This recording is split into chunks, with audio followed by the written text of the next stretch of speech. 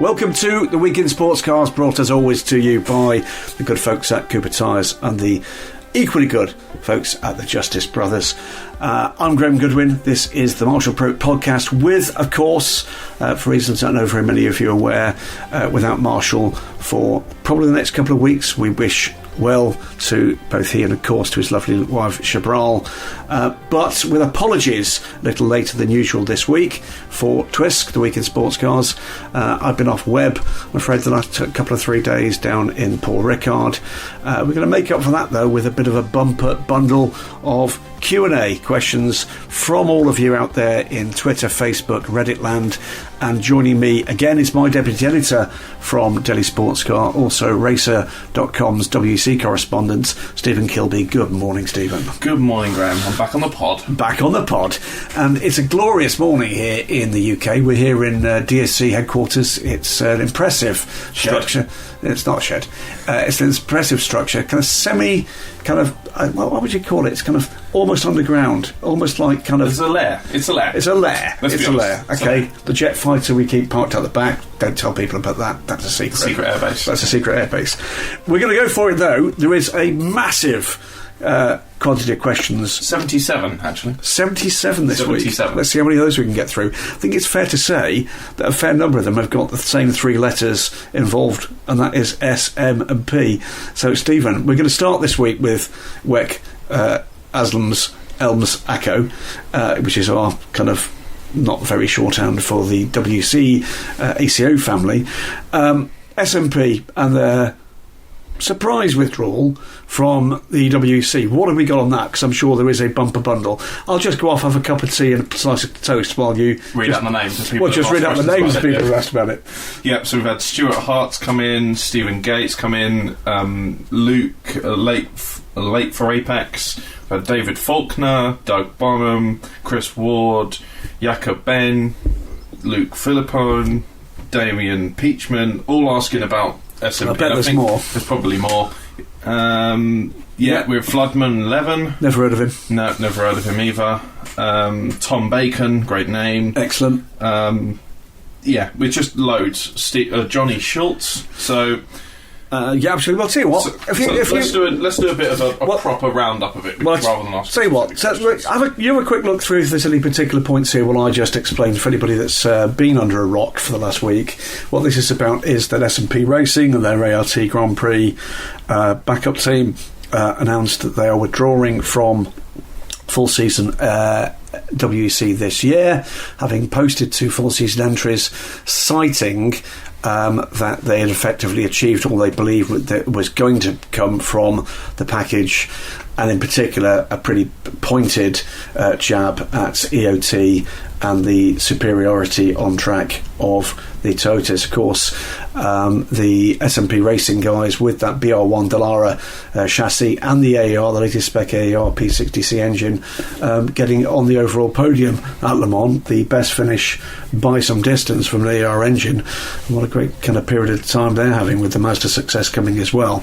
But Stephen, any particular points beyond that, or then we can get into? I think most people in this selection of questions are trying to get their heads around how big of a blow this is to the WC for next season, and I think they want to get your take on that, because we're down to 6 cars in LMP1 full season, maybe bicolors for a couple of races. They want to know, what does it look like next year? Is it a huge deal?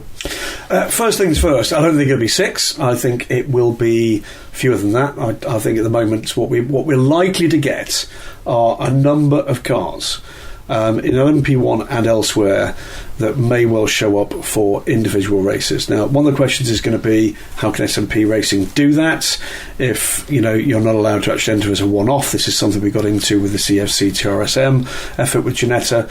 You're not allowed to enter one-off races. Well, they can do that if they pay the fines. If they've paid a full season entry fee, if they pay the fines for non-appearance, and I'm hearing from sources within that organisation that there is every possibility rather than probability at the moment, there might be a limited programme for one or other or both of those cars. And it would seem to be that certainly you've got elements within that organisation now that are looking to see what might happen. I think more particularly into calendar year 2020, so the latter part of the season. Let's wait and see whether that can be drawn back. The other big question was this a surprise? Yes and no. I think the answer is, and there's an excellent answer, by the way, to a query on one of the Facebook groups from Andy Cotton, the editor-in-chief of Race Car Engineering, talking about the run-up to the Le Mans 24 Hours and what ART in particular were telling the race organisers that they expected to happen. They expected to lose 3 laps in terms of performance gap to the Toyotas on track. They expected to lose a further 3 laps in terms of the effectively mandated penalty they get in the pit lane. Something I have to say, absolutely not in agreement should be there. I think that's a pointless wrecking tactic. It's not required on voyage.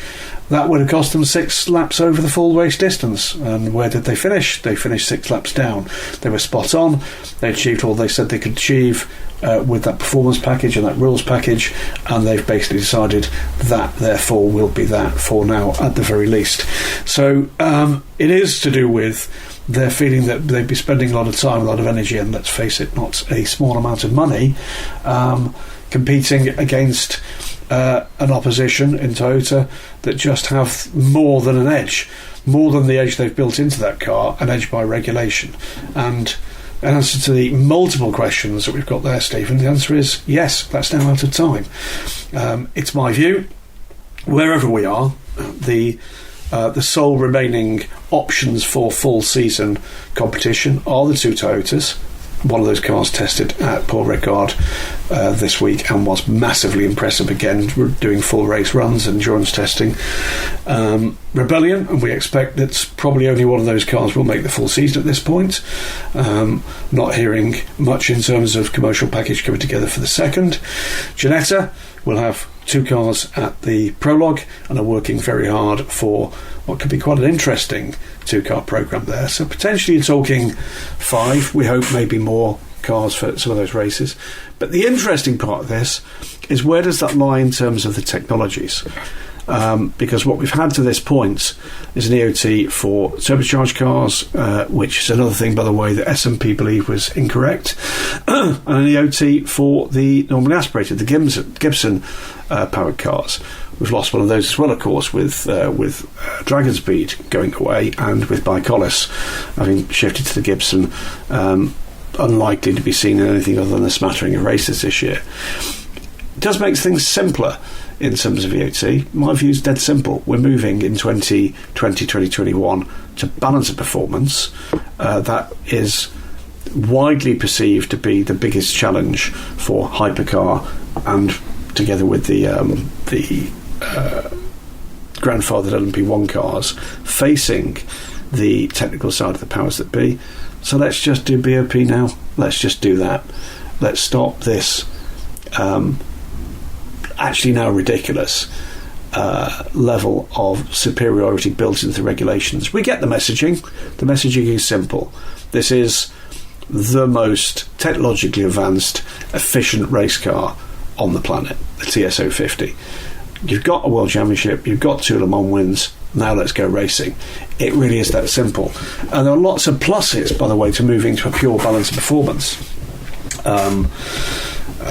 regime for this mixed class of non-hybrid and hybrid LMP1s. It means lessons can be learned. It means that systems can be developed. It means that data can be crunched, that you come in punching into a situation where you're going to have to balance some of those cars with an absolutely new breed of cars into season 2020-21, rather than just starting from a standing start. I'd like to see that happen. I'd like to see it happen now. Will we see it? I have no clue. But to me, it makes absolute sense to make the change immediately, deal with the politics on the fly. Toyota are not going to leave. They're not going to leave. They've come in strong. I don't want this to come across as a criticism of them and their efforts. I do want this to come across as a criticism of the fact that the political clout that has been leveraged here is now at the end of its usefulness to them and everybody else. They need to be seen to be competing. They need to be seen to be racing hard, not just against each other, but against credible opposition from elsewhere. Let's get that done. Do you think that this news has an effect on Rebellion and Ginetta's plans for next year? Are they going to be just as heavily pushing to get 2 cars on the grid now that they know there's going to be 2 fewer cars? No, the answer for immediately for Ginetta is actually there is a positive. There's a positive in terms of the availability of fresh engines, not just for their testing but for the race program as well. So we've seen the car that's been out now for a 3rd test. I think it's something like 3,000 kilometres over 3 tests, one of which was a bit weather affected at Spa. They had the P60B engine, oddly enough, and you'll see this on DSC I think early next week once we had a chance to catch up with our good friends at AR, that one of those engines in fact saw duty both in an S&P VR1 and in the Ginetta. But I think what you're going to see, I know you're going to see, is that 2 Ginettas that will be at the prologue will both be fitted with the latest specification of engines. The P60C, so far that engine had only been seen in the S&P Racing effort. That was the engine that powered them to that podium, and there'll be a lot more detail to come before we get there.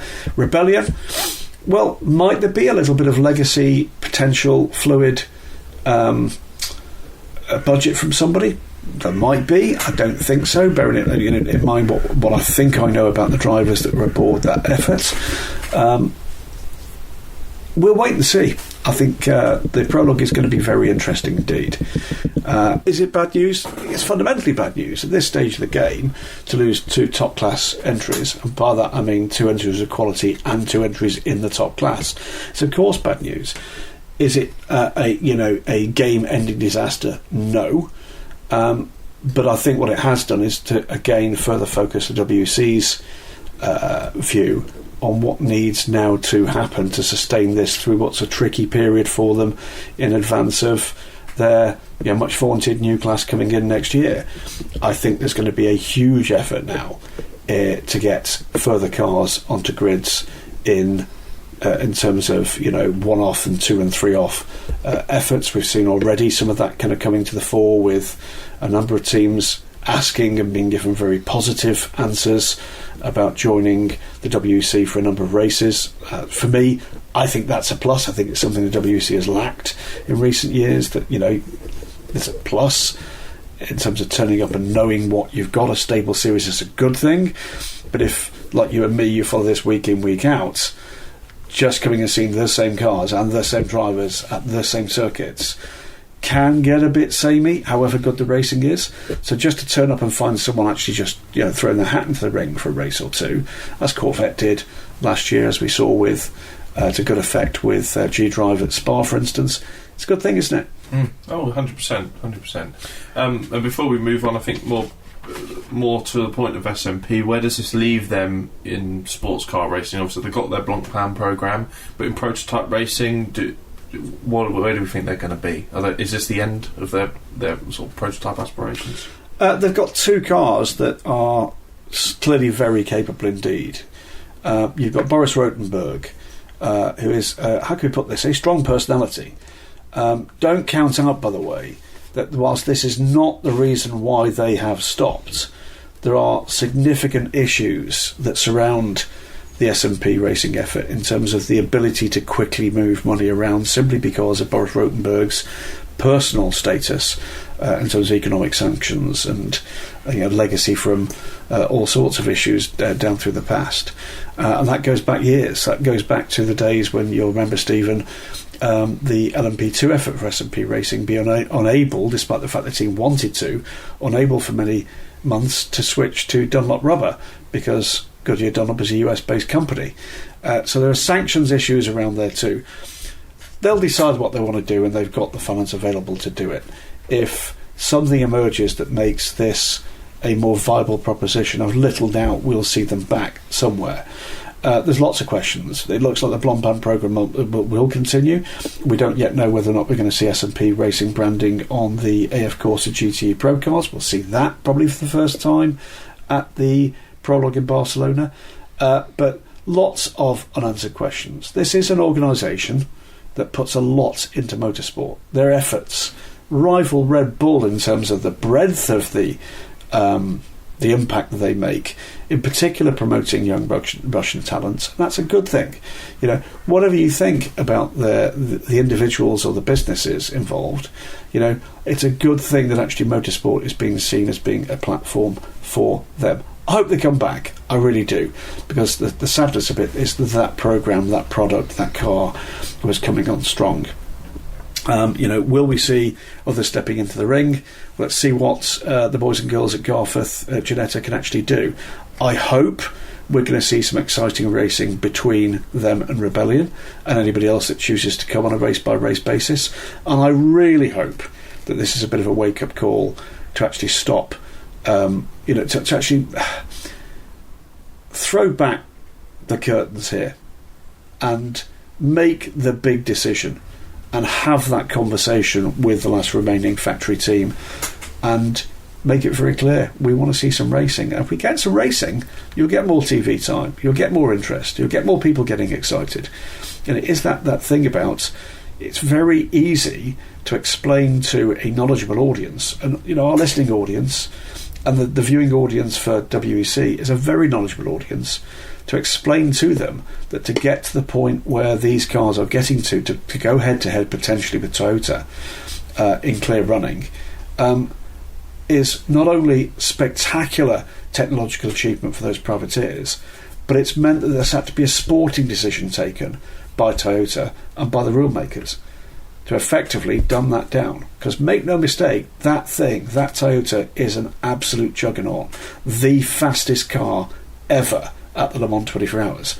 And here's the sadness: the second fastest ever was the SMP BR1, faster than the Porsche 919s ever, faster than any Audi that's ever been there ever. And make no mistake, while we look at the kind of the distance between the cars in race conditions, make no mistake that these cars right now in LMP1 non-hybrid are absolutely awesome. They are amongst the fastest sports cars that you or I or anybody else has ever seen. Tom Bacon asks, have any of the Ford WC and SMP drivers secured drives elsewhere for next season? I think watch this space. I think we might well see a couple of the guys along trying a few seats for size. I'm aware of at least one that we'll probably see at the prologue aboard a car. Whether or not that's going to lead to a full season deal, I don't know. Anybody that listens to our other products, the Inside the Sports Car Paddock, will have heard Stefan Mucker on there. At the moment, Stefan telling me, as of last weekend at least, that no, he didn't have any kind of full season plan. But I think we will see them. Luckily, certainly from the Ford point of view, Harry Tinknell is already kind of sorted. He's got his Mazda program, and I've no doubt that someone with the talent of Tinks will find his way into somewhere there somewhere as well. Andy Prio, of course, is doing WTCR amongst other things, and looking after the career of his, a very promising career of his young son Seb. The likes of Olivier Pla and Stefan Mucker, I'm sure, will not be idle for very long, no doubt whatsoever. As for the SMP guys, if I was an aspirant Le Mans entrant, I might be looking for the phone number for Stefan Sarrazin. Awesome race driver, but better than that, as a development driver, look at what he did in World Rally for many years for Pirelli. He's driven everything and won in most things he's driven. He certainly would be on my wish list. Igor Arudjev, I think, was a coming man there. I think he's a real potential talent. The bigger names, well, okay, Stoffel van Dorn has other things on his to-do list. Whether or not we're going to see the kind of demand for Vitaly Petrov, Mikhail Alishin, I genuinely couldn't say. And Sergei Sirotkin, they're all very quick. It's going to be a matter of whether or not SMP money actually assists those guys into something other than what they're already doing that is going to push the brand. John Foreman is also asking a question about next season. He says he's looking forward to Hypercar, but he's struggling to find things to get excited about for the 2020-21 season. What's the positivity that we can give him? But 2020-21, I think the answer is it's new. 19 to 20. So 1920, right. Apologies. A lot depends on what they decide to do with the rule book. A lot depends on what they decide to do with the rule book. And I can understand why people would be questioning / cynical about that. And I think as time goes on, if you're building into regulation the level of edge that you are with the toters, that's less and less excusable. We've got now, at the beginning of last season, let's not forget, we had a lot of unknowns. We didn't know how quick these brand new breed of LMP1 cars were. We now do. We didn't know how reliable those LMP1 cars were. We now do. And whilst we had an understanding of how quick the toters were, we didn't know how well or otherwise they would be able to race with the breed of non-hybrid LMP1s, because it's not just the pure performance numbers, it's the way in which that performance is delivered. It's that punch out the corners, it's the punch through traffic, it's those kind of things. And in particular, of course, when we get into poor weather, and we've had a fair share of that this year, that's where a car that's able to deploy its power through a four-wheel drive system can really punish a more traditional, massively rapid LMP1 car. So we're not in a situation we were in Spa 2018 now, coming into this season. We know a lot more about these things, and therefore there are fewer excuses to get it wrong. Therefore there are few. I mean, to my mind, there is no excuse for building in by regulation a situation where the second most rapid car around Le Mans ever knows they're going to lose the race by 6 laps if they have the perfect race. And by the way, they did have the perfect race with that one car. That is not a sensible and acceptable situation. And I would like to think that our good friends at Tota feel the same. For me, get rid of the nonsense on pit lane right now. Get rid of the fact that you've got a longer fuel fill right now. Stop that. Stop the fact that you've got to have the extra lap. Stop that. If you need to explain that, that's better done in the narrative. Just showing it on track and watching crushing dominance from one against the other, all that's doing is it's now bleeding support for the top class in sports car racing. The job is more easily done by the likes of you and me writing it, and the likes of me saying it. And that means, for instance, let's say Brendan Hartley, after a tussle in the opening stint at Spa-Francorchamps, comes in with a 5, 6, 7 second gap over, let's say, the Rebellion or the Ginetta.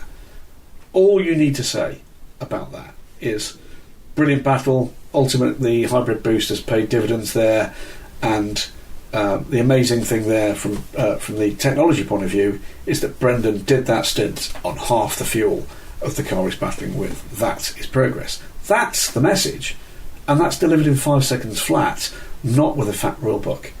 That it's not required. It's a simple matter to explain to an audience. You've got the opportunity to talk to that audience, so talk to that audience, and find ways of actually activating that better.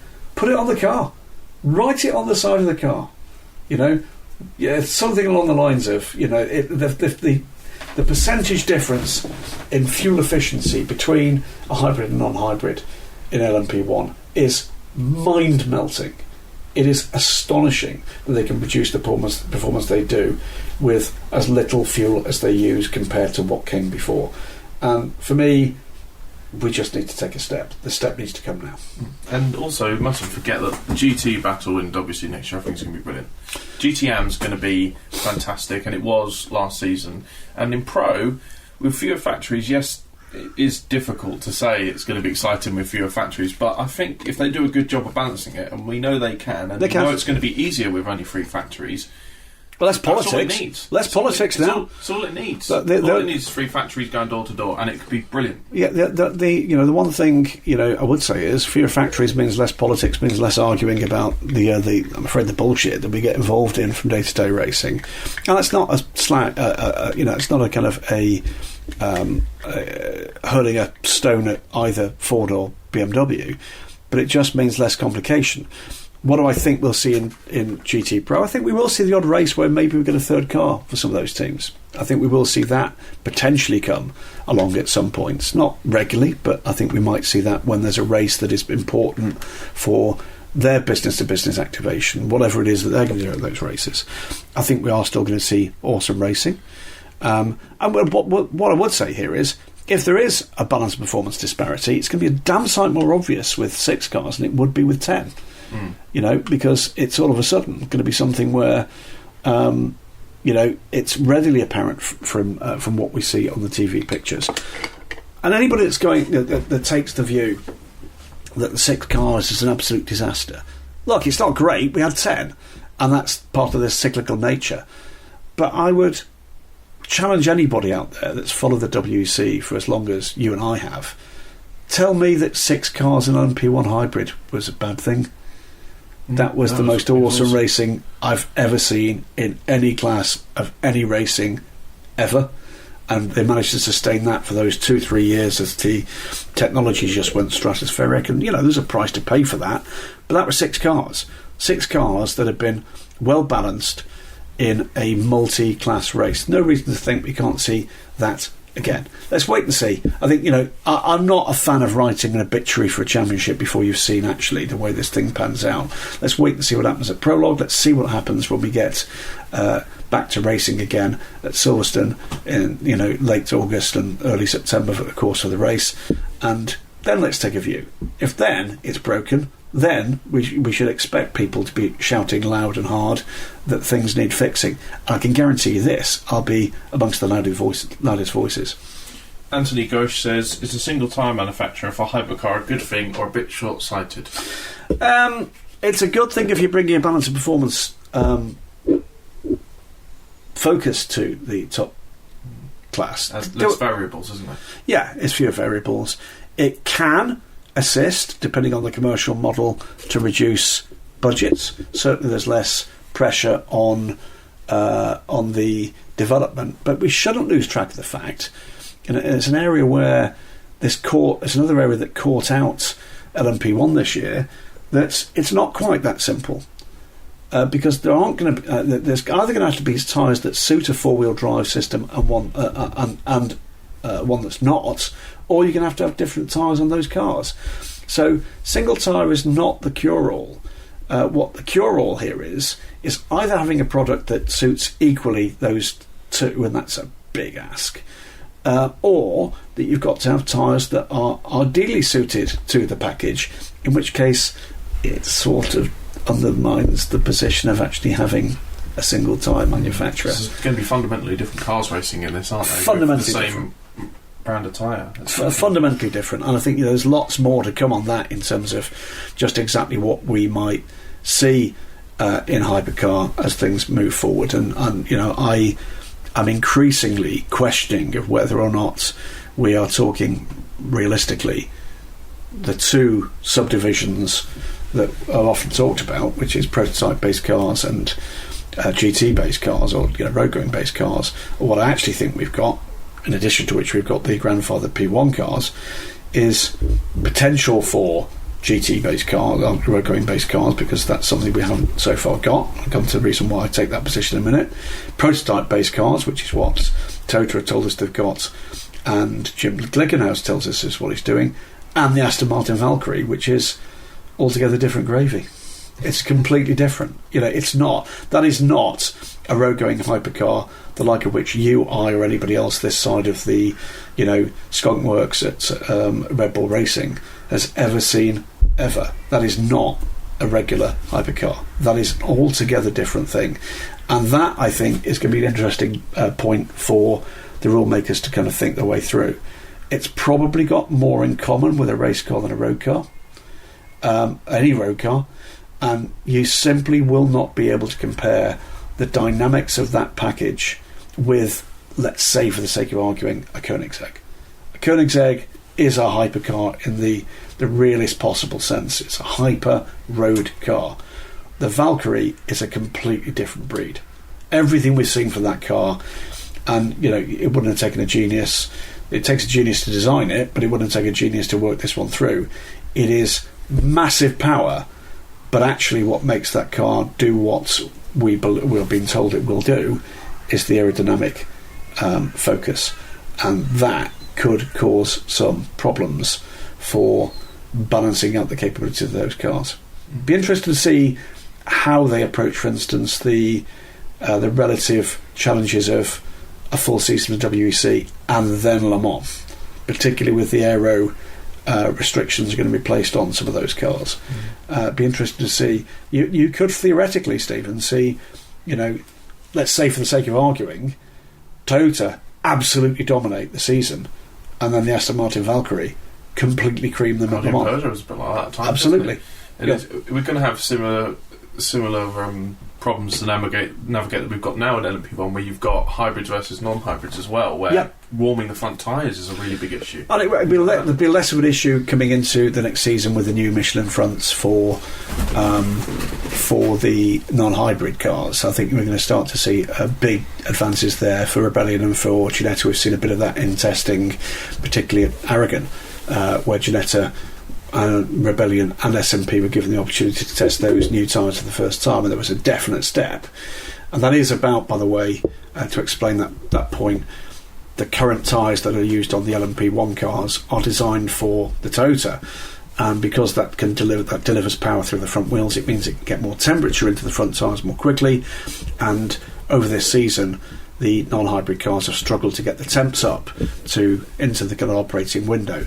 The new Michelin fronts, in particular, are designed to get to that operating window at much lower operating temperatures, and let's wait and see what that means in terms of performance and what that means in terms of longevity of those tyres. But there are lots of exciting little tweaks coming into this.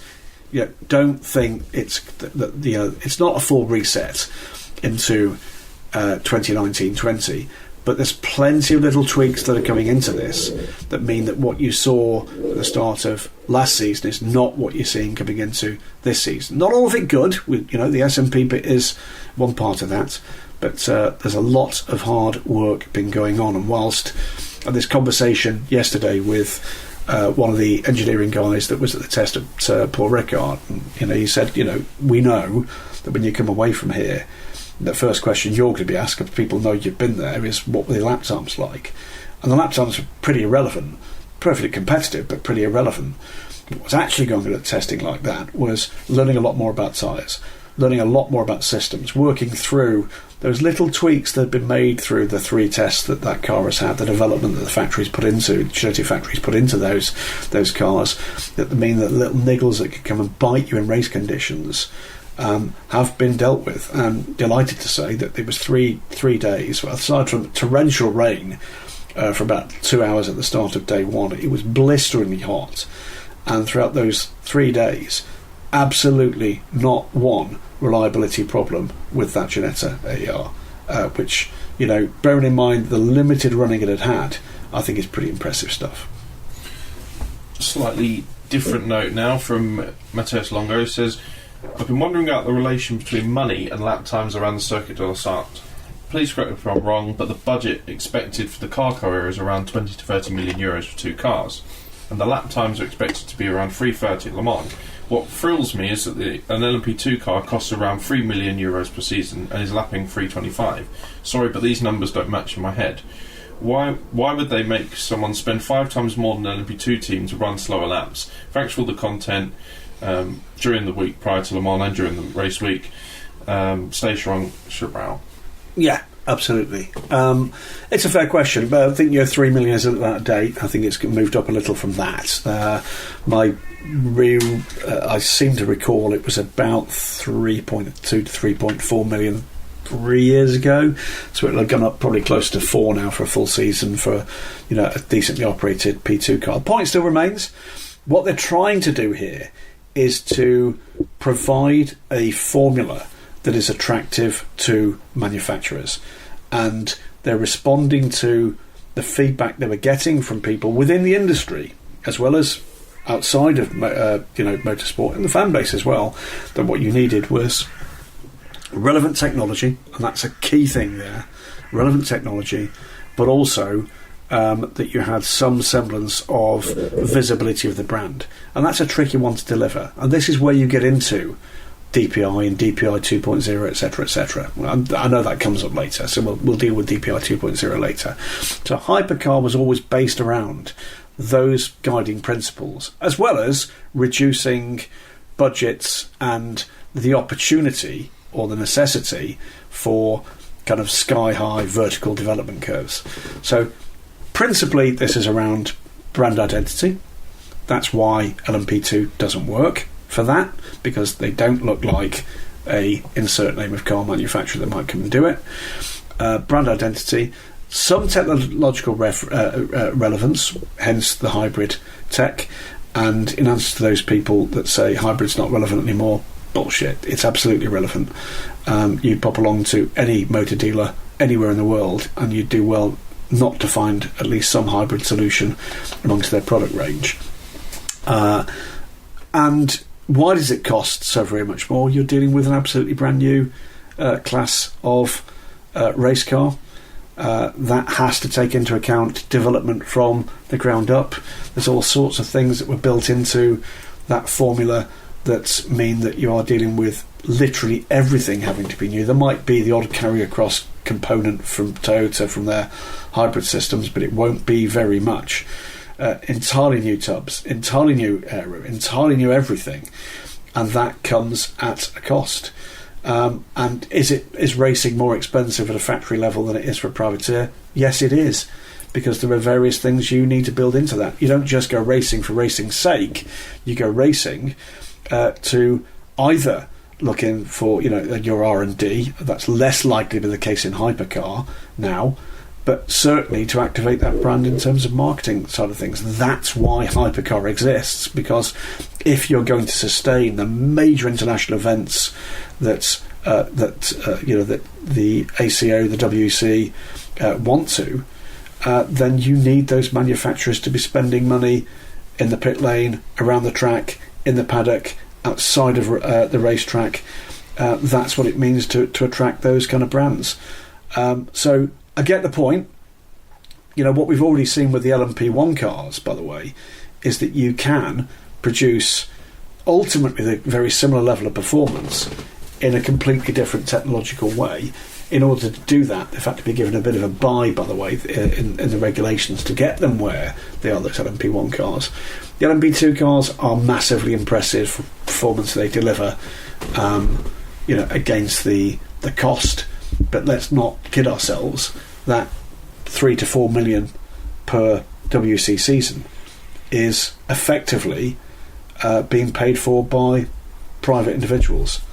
And you simply would not be able to get those private individuals, for the most part, stepping up, not just, twofold, tenfold.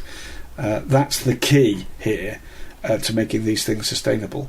Will we see some privateers in hypercar? Yeah, we're going to see some privateers in hypercar. Make no mistake about that. If this thing flies, then you'll see the odd hypercar privateer team. But is there a direct comparison with LMP2 in pace and in pace alone? And the other thing, by the way, is let's not forget the difference between race pace and qualifying pace. Race pace for the LMP2s is not 3:25. They can sustain that with a top driver on a flying lap. There's a point to be made here about the other big news story, by the way, that's broken since we asked for questions, and I'll come back to that in a moment, to do with United Autosports, Orica, Ligier, etc. But you cannot sustain that over a full race stint and expect to get the longevity from the package, the tyres, the fuel load that you're going to require to win an endurance race. I'm just coming back to that point because I do want to talk a little bit about the United Autosports story. This is that from a customer request, United Autosports WC programme will switch from the Ligier chassis that the team has campaigned everywhere in their LMP2 programme since 2017 to an Orica in WC only. That is going to be, the customer here is clearly going to be Philip Hansen and family. That's absolutely down to them. The point I wanted to respond to is a little bit of internet chatter about, let's fill in the gaps here, the Ligier is a bad car. No, it isn't. Okay, applying the same logic from the last question, to put that into context, the Ligier, which was on the podium last year at Le Mans, has won races in the ELMS, was just off the podium this year at Le Mans. Yes, was beaten by 3 Oricas, but beat 9 of them. And if we want to talk just pure pace, The Ligier LMP2 has qualified, I think I'm right, in all 3 years of its existence, the fastest of those Ligiers, has always qualified faster than any Rebellion R1, the last breed of LMP1 car, ever did. So they are significantly ahead in terms of pace of the prior breed of Orica-based LMP1. That's a mark of how fast things have progressed in terms of aerodynamics, in terms of the engine technology, in terms of the tyre technology. It never stops. And, that's why these things are called prototypes. Spec they may be, to a degree, but it doesn't stand still. It hasn't stood still. And we'll see the next jump forward to respond to what happens in terms of hypercar. That's still to be seen. We've got a moment now for them to get the package right where we are whilst hypercar progresses. We of course have then got to have where LMP2 goes gripped, because that does have a knock-on effect in terms of the pace from those cars, which, by the way, I've said this to you many times. I think I've said it on the podcast many times. It was always my thought that the LMP2 cars, as a Pro-Am formula, they were too quick from 2017 onwards. That is a massively rapid race car. And I always thought they were a little bit too quick. I think there's things you can do sensibly to assist that transition to hypercar / LMP2. What I don't want to see is them absolutely battered out of existence, because that, make no mistake, everywhere other than IMSA, which is a completely different question, has been a successful introduction to a class. Jakob Bam on Facebook says Le Mans is getting more cramped year after year, with oversubscriptions for VLMS, growing numbers from Asian Le Mans and car incoming, seemingly somewhat larger numbers than what we've got cooking for P1 in 1920. Question is, could you see the WC evolving into WSPC, with Le Mans still being the main event and a grid consisting of car, DPI 2.0 and Global P2 as a Pro-Am category? This would of course mean it would need a separate championship for GT cars, but it would make for very much needed room in paddocks in all the ACO back series. Blimey, that's a huge set of questions. Let's go with, there is a simple truth here. If hypercar ends up being a smash hit in year 2, year 3, then you've got a whole different set of questions. There's no doubt at all that they've got an embarrassment of riches in terms of numbers right now for Le Mans, through exactly the points that you actually raised, Jacob. And that looks set to continue for at least another year, maybe 2 years, with the health of LMP2 and the relative health at the moment of GT-Am. Yes, there's questions about the future health of GTE and what might happen there, and frankly, I think have had a question about that as well, the future of GTE. Well, we'll come back to that at that point, in which case. But it comes right down to, let's put it this way, forget year 1 for a moment, forget 2019, 2020, because we broadly know what we've got there. Definitely 4 cars, very, very likely 5 with at least 1 privateer Aston Martin. I'm hoping that Jim can bring the Glickenhaus, which would give you 7. That's a pretty good first stab if we manage to get to that. If Bicolis turns up, that's. I mean, I know, but you know, they have brought cars to grid, so yeah, I know, but they have. Yeah.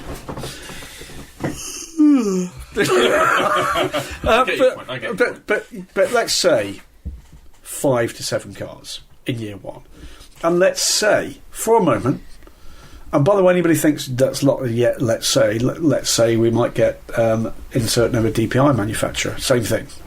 Let's say someone else comes for year 2. Let's say 2 organisations come for year 2, and you get into double figures.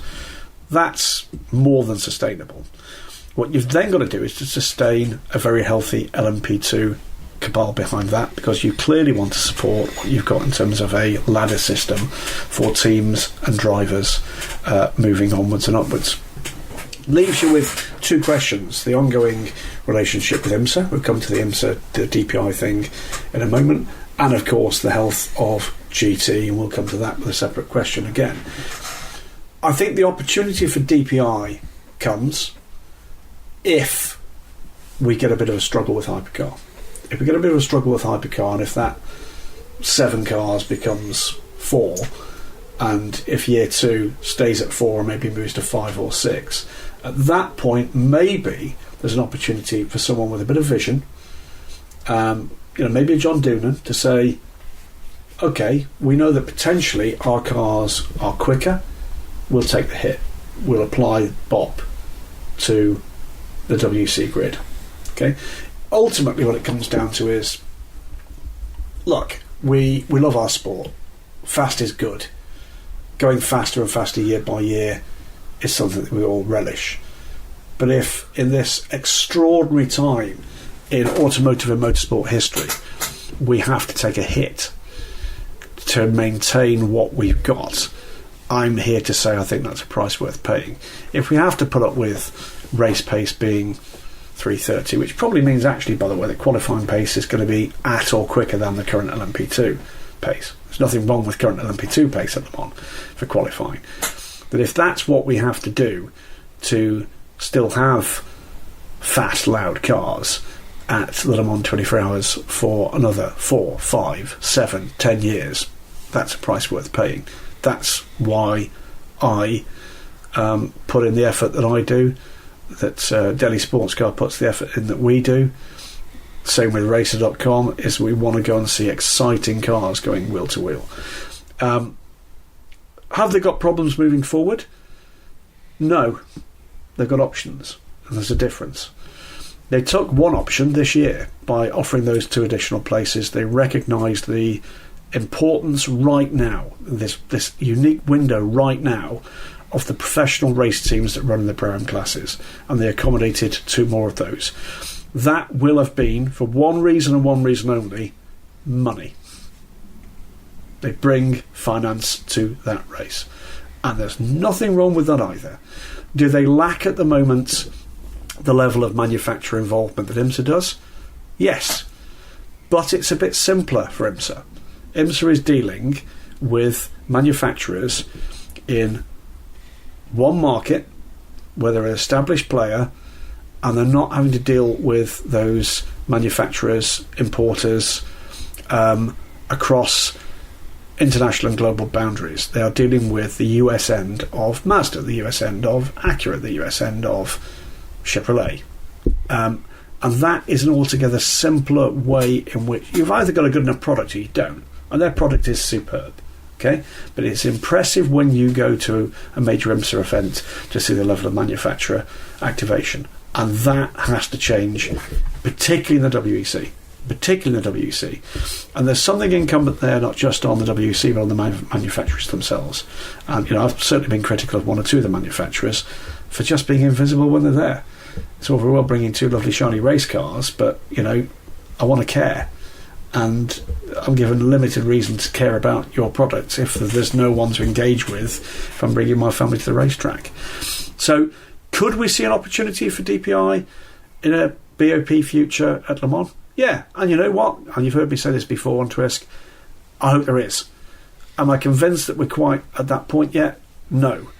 And oddly, the point at which that might become the most possible is the point at which hypercar hits a bit of a glass ceiling. Michael Hogan, Mikhail Hogan on Facebook says, I'd like to hear more about discussions about the future of GT and GTLM and why it isn't a possibility for the Ford GT to be run as a private entry for Keating.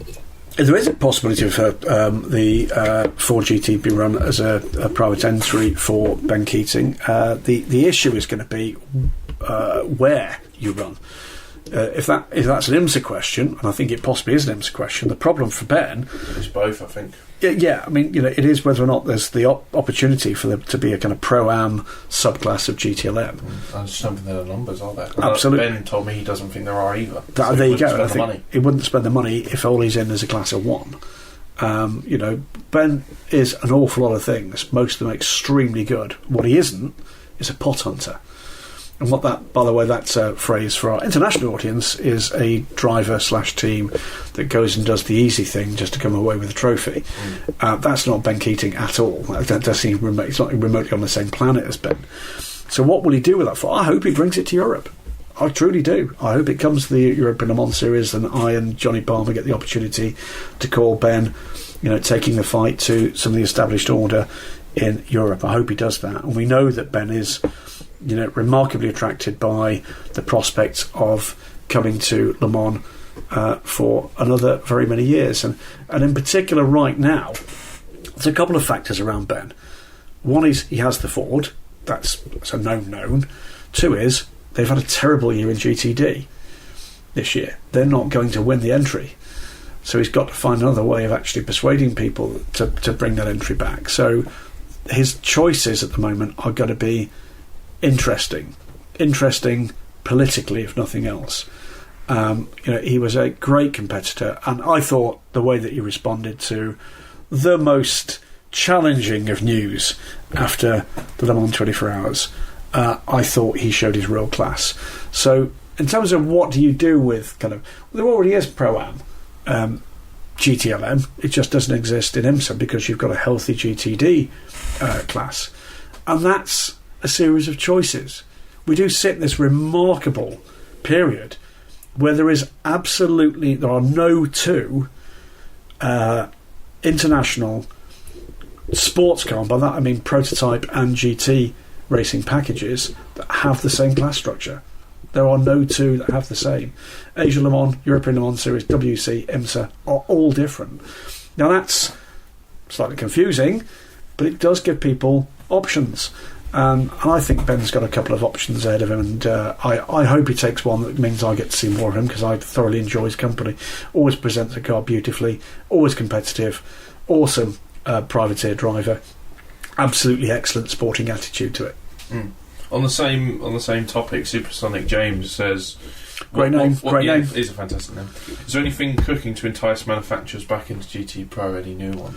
I think there's all the manufacturers that have come close. We know McLaren came very close with the Senna GTR pure track car with position lights, oddly, when unveiled at Geneva. We know Lamborghini have looked at it, but the Lamborghini are looking at just about everything, including DPI. I'm sure they've looked at hypercar. They absolutely looked at GTE/GTLM. We know the same with Lexus. We know that Bentley have had a look. We know that Mercedes-AMG certainly had a look at the variety of things, including DPI back at the very early days.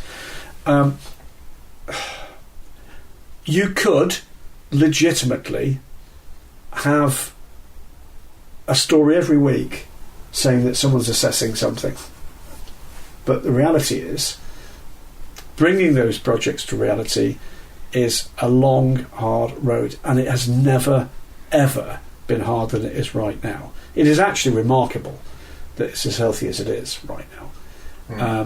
We've got one revised car, one new car hitting the track in anger pretty soon. We're about to see, in the days to follow, the Corvette C8R for the first time, and zero doubt there'll be a racing version of that one that we can all go and cheer on wherever those programs take it.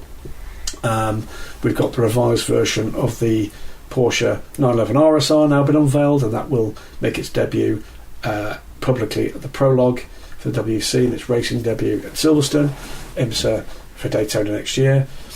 Are there others around? Well, okay, we then get into the kind of minnow stuff. Brabham have said they want to come in a couple of years' time. Not with, by the way, the BT62, which I think a few people have got wrong. Directly from the horse's mouth from David Brabham, I think at Bathurst he told me this, is that the GTE plan is for the car that they are planning to follow on from the astonishing BT62.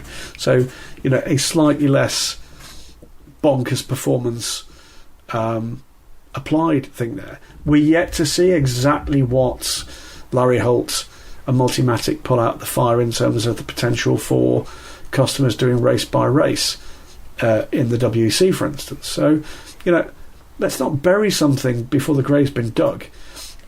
Does there need to be a strategy moving forward? There 100% does need to be that. But neither am I at the point where we have to immediately say it's got to be GT3. Look at how many manufacturers there are, look at how many teams there are, because It's not that easy. It's not that easy. It's a fundamentally different playground, and you shouldn't necessarily assume that just throwing it open to GT3 will automatically mean that another 3 manufacturers say, okay, let's put 10 squillion euro/dollar into a different form of racing. Remember that GT3 principally, not exclusively, but principally, is customer racing. There's racing where it is the customers that effectively fund it with some support, logistical, part support, driver support from some of the factories. That's principally where that is worldwide. And it's a massive leap to expect that to emerge into, for the sake of arguing, Lexus to say, right, let's put a couple of RCF GT3s into the World Endurance Championship in a top level, fully funded, GT program. Those two strands do not necessarily meet in the middle to an ideal opportunity that gives you double the number of manufacturers in world-class GT racing. Perhaps the more sensible option here is to renew the drive towards some form of convergence, and to find a way that the armed camps that sit all around this are basically given the quite correct attention they get for their own commercial interests, but also are given the opportunity to open up a can of shut the fuck up and listen to actually the way that the industry needs this to go. With apologies for the language there, mildly. But it comes down to, it cannot be right that an individual or a group of individual commercial interest dominates the course of a very important part of the whole global racing perspective.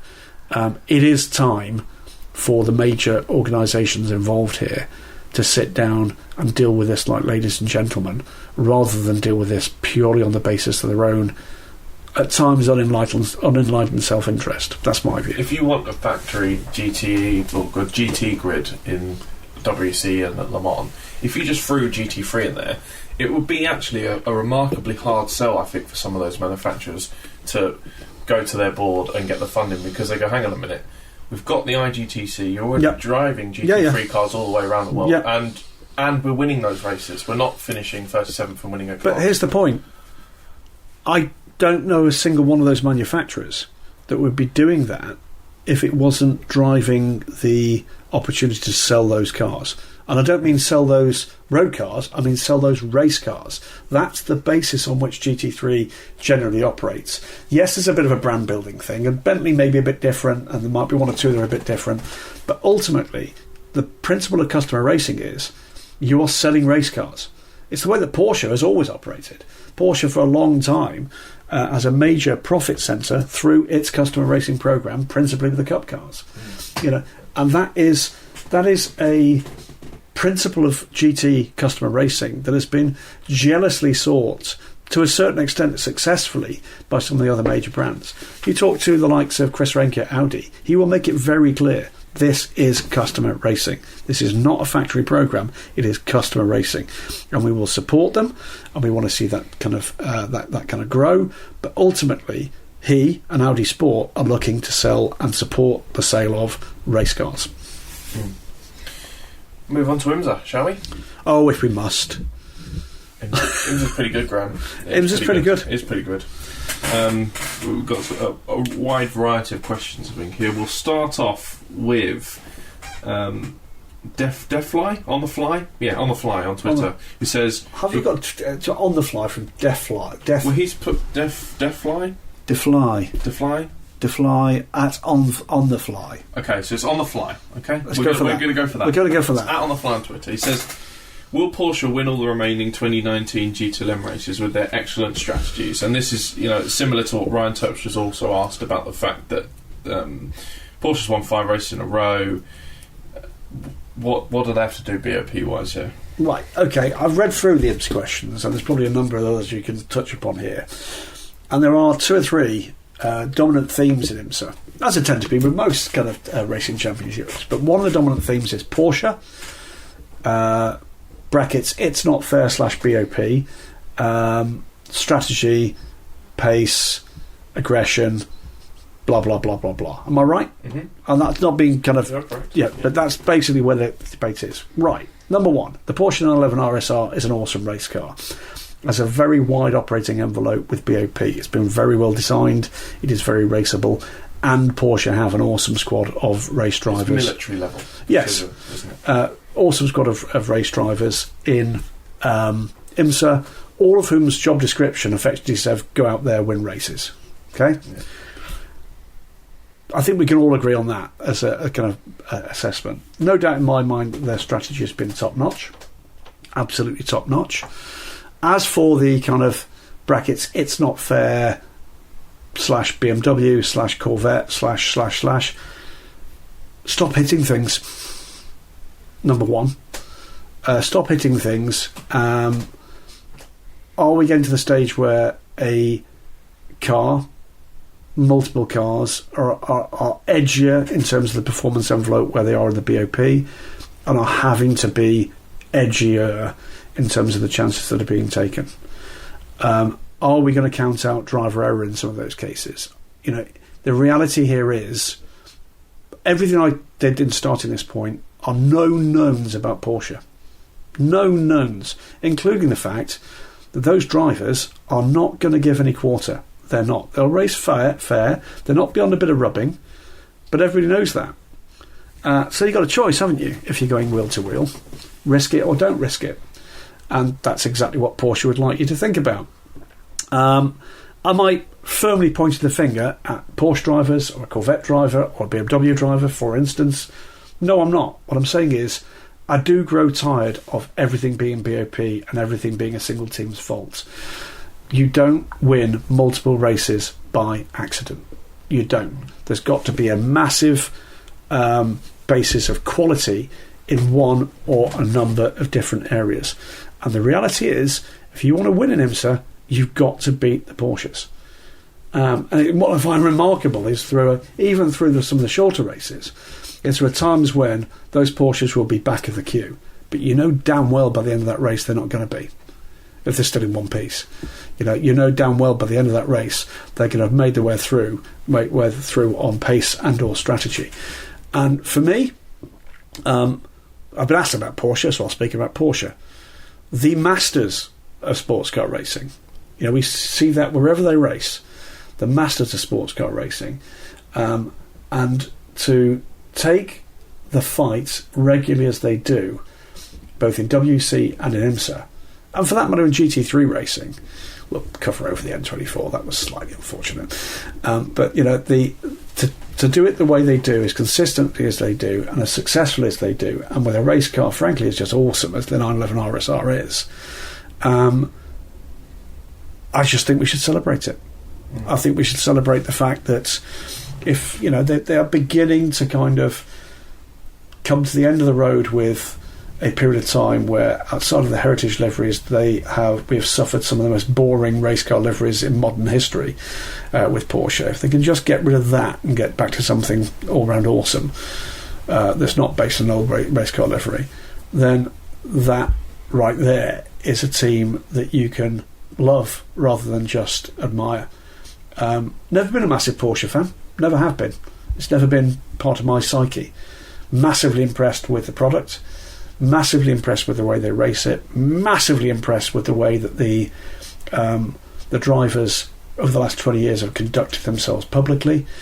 Not particularly a fan of the rubbing racing kind of culture, but if that's what we're going to get in IMSA, and it sure as hell is what we've got in IMSA, then you better be good at it. I want to have a micro soapbox moment here with BOP. Ooh. Everybody stand back again. Then we've got Porsche winning races now, okay? We've won 5 in a row. Plucky little and team. the frustration that I get with sports car racing being my day job is the constant argument about BOP. Same with you, Graham.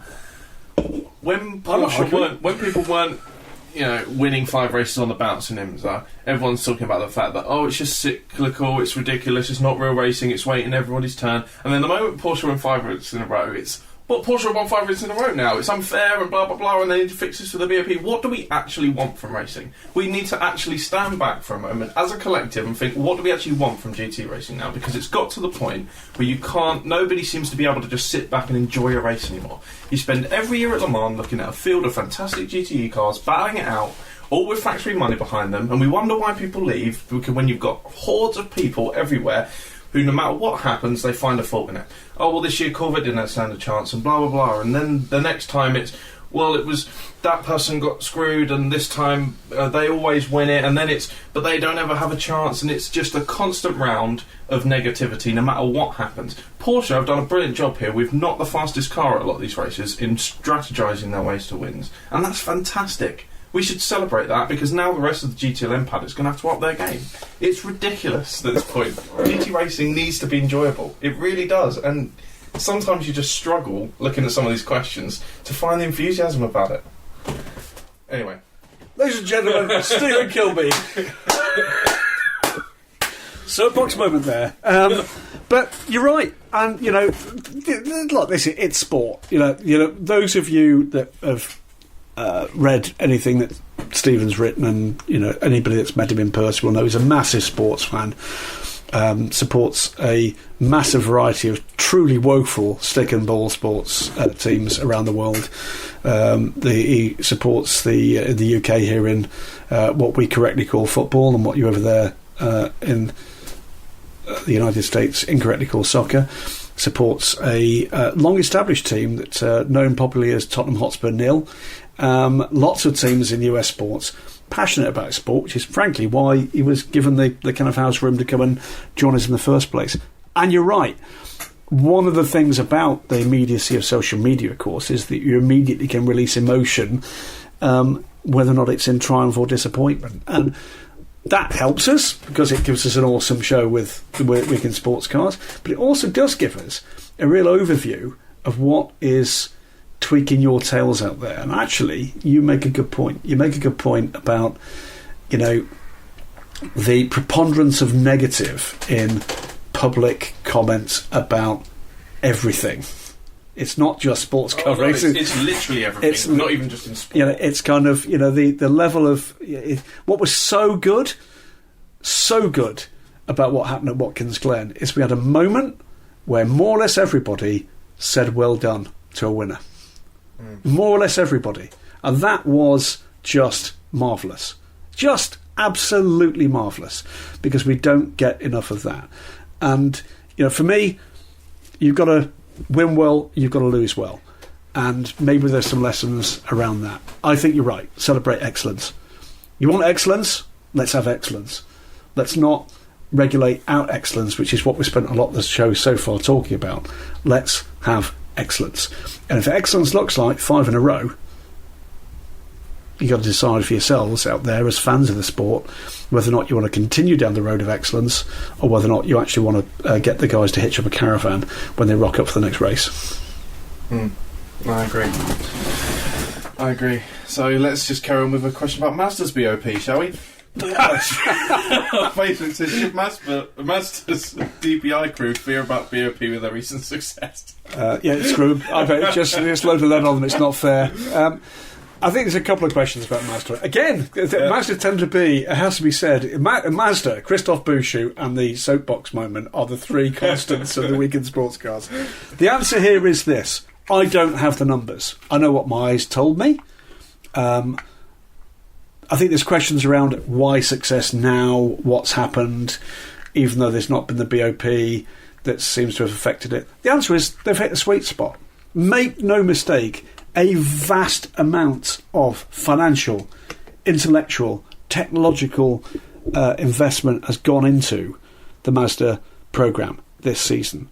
And at some point, when you take out the element of bad luck, that's got to pay dividends. At least you'd like to hope that it does, and it would appear to be that's what's happened. Have they got an edge through BOP? Maybe they do have an edge through BOP. Likely they've got an edge through BOP, because clearly it's the interest of that championship to ensure that one team, one manufacturer doesn't dominate. That's not the way you encourage other manufacturers to come. Hey, insert name of mainstream automaker. Come and play in IMSA. Okay, brilliant. We've got this fantastic set of rules, which means you can come and spend X $million and come and win the big races. Brilliant. Who's in? Well, at the moment we've got Cadillac with the General Motors. We've got Acura. We've got Mazda. That's massively impressive. So who's winning the big races? Oh, Cadillac have won all the big races.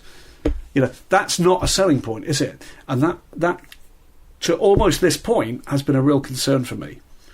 Now we've got to a different stage, and now, again, we get back into the point you just made, which is you've got some people saying it's awesome, you've got some people saying it's unfair. Let's celebrate excellence. Is there going to be a BOP hit for them? Possibly. Do I think it will render them uncompetitive? No. What they were looking for is the magical mix of speed and reliability, and they seem to have found it. So let's wait and see what the good folks at IMSA decide is the right way forward. Because sure as eggs is eggs, I doubt, beyond the congratulatory text messages that I know that John Doonan got from Roger Penske, I bet there's another message from someone at Penske going in a different direction, going, OK, done that now. Now can we talk about performance? Wanted to talk about Junkos. We've got a few questions about. Bless him. Then we've got On the Fly, Lance Schneider, and On the Fly again. Talking about the Junkos incident, obviously happened at CTMP. People saying about the fact they have a ludicrous amount of bad luck. On the Fly says, has the DPI taken a harder hit than it did on Sunday? And will they need a new chassis out there? Well, I mean, I'm going to immediately divert all questions here to Racer.com. Marshall, whilst not with the freedom of time to fit this length of podcasting, is still working his nuts off. And I know he's been on the phone to Junkos Racing, and there's an excellent piece on Racer.com that tells you all the answers we have so far about this. It was a huge hit. The picture of the state of the wall post-race, and I know there's a question about that a little later, showed how big a hit it was. And yes, that chassis is, to a greater or lesser extent, a write-off. Has there been a bigger hit? Well, driving headlong into a concrete wall is a pretty big hit. Breaking the concrete wall in half as you do it shows how heavy a hit it was.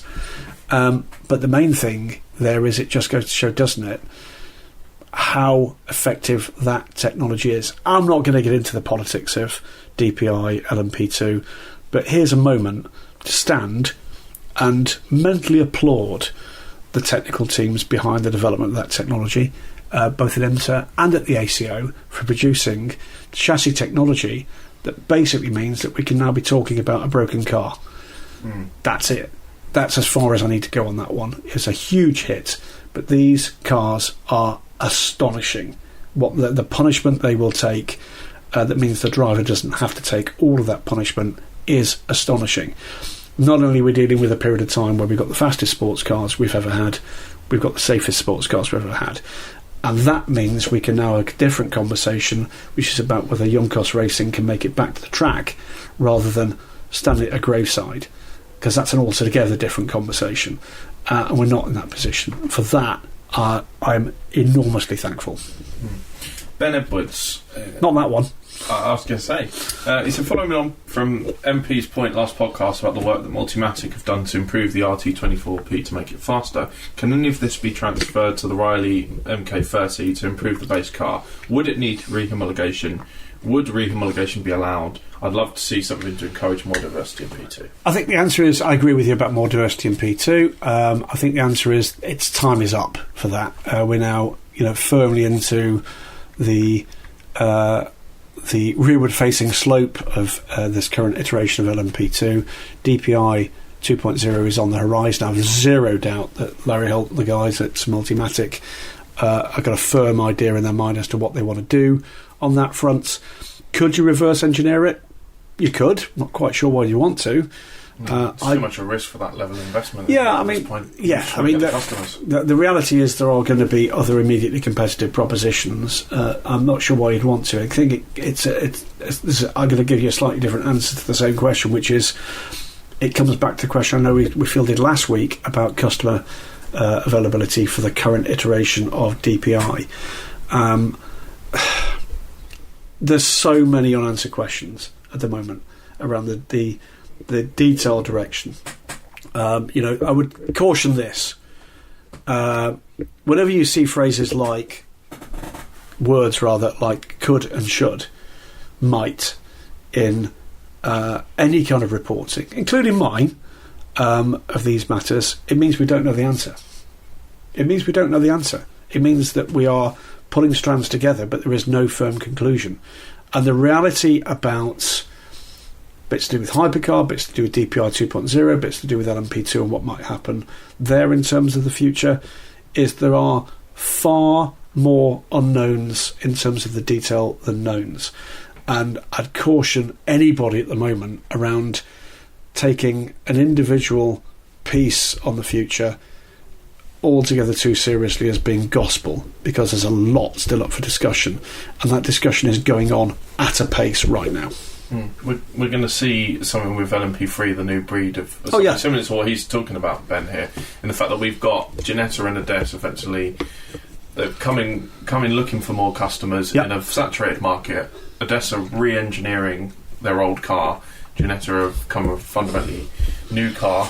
We're going to see how that does in terms of diversity, aren't we? We are. It's a matter of whether or not the market is going to be attracted by effectively evolution or revolution.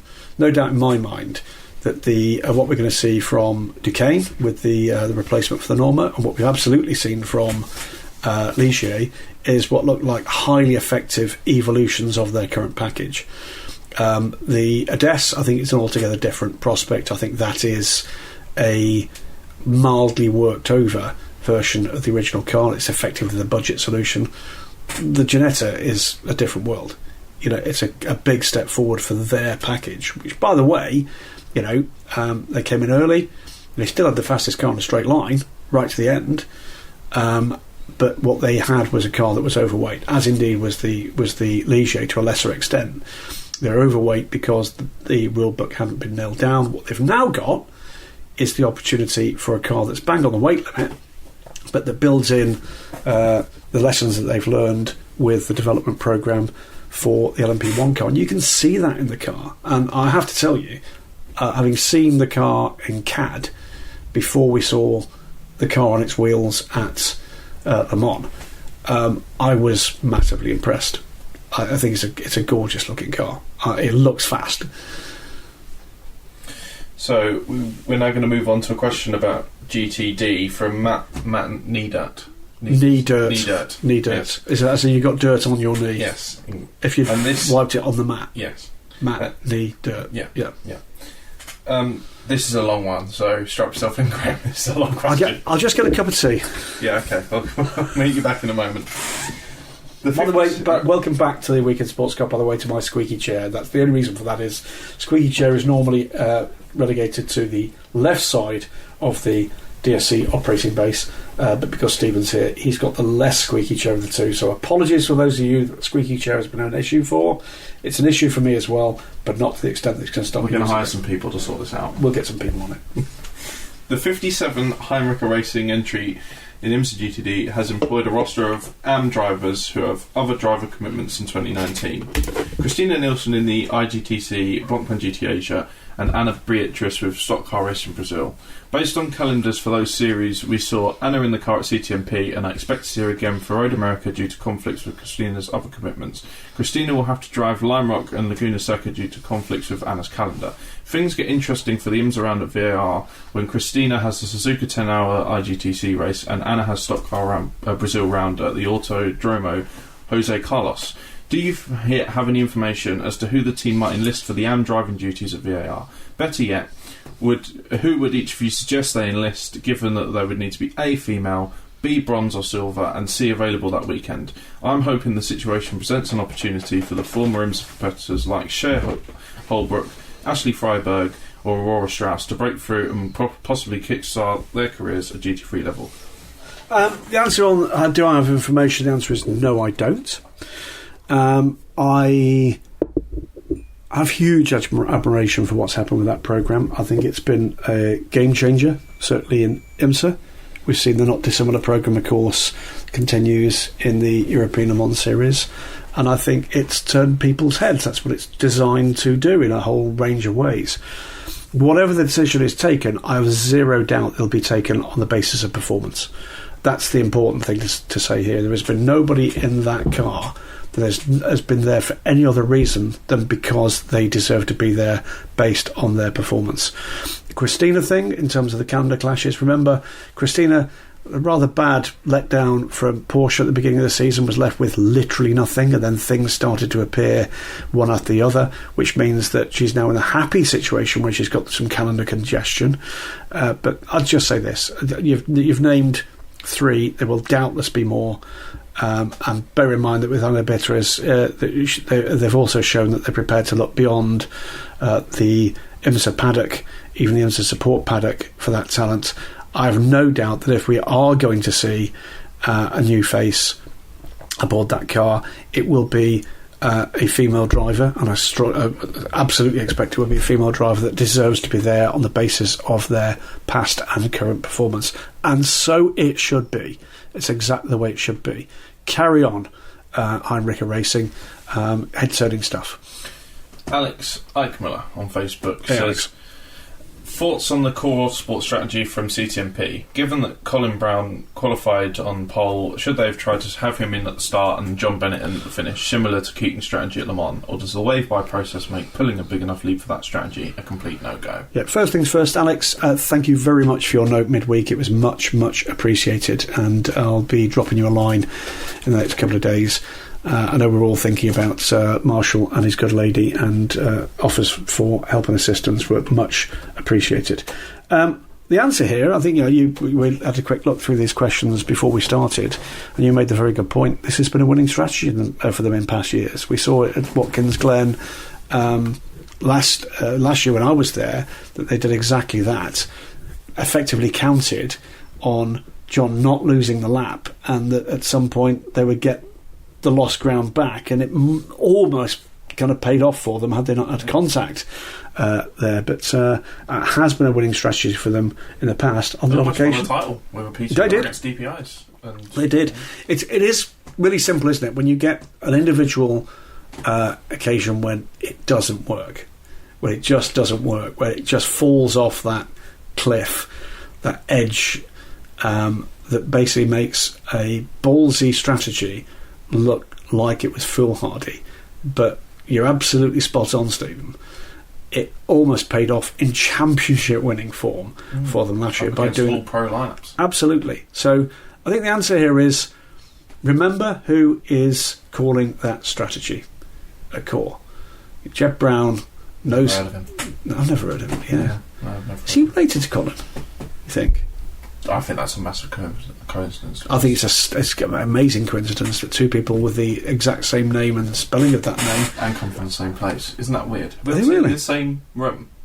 Probably on a Christmas dinner or Thanksgiving. Apologies, but no. I think the answer there is didn't work that time. My guess is will work on other occasions. That's a team that doesn't like losing. Watch them kick back. Ben Tyler says, any Great thoughts name. about Ben Tyler? About IMSA resuming the race this past weekend with a shelved tyre wall backed by a knocked over concrete wall? Right. Yeah, I have. I have to say, having seen the picture of the knocked over concrete wall post race, I found that quite shocking. Clearly, whatever tyre defence was there was enough impact resistance left in the wall that it could break. Therefore, with the wall not there, had there been another impact in that zone, I'll just say this: I cannot conceive of the circumstance where that race would have been restarted, for instance, in a race that Eduardo Freitas was officiating. I can't believe that would have been the case. I think that would have stayed.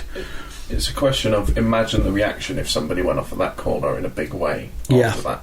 Imagine what would have happened. And as with anything in terms of race direction, there are always, you are managing risk. That's what it's about. You're managing risk. You've got the overview of safety, and I have to say, having not followed the race live, because I didn't. I was doing other things on that day, and following it up later, seeing the picture of the damage to that wall. That was a pretty shocking moment.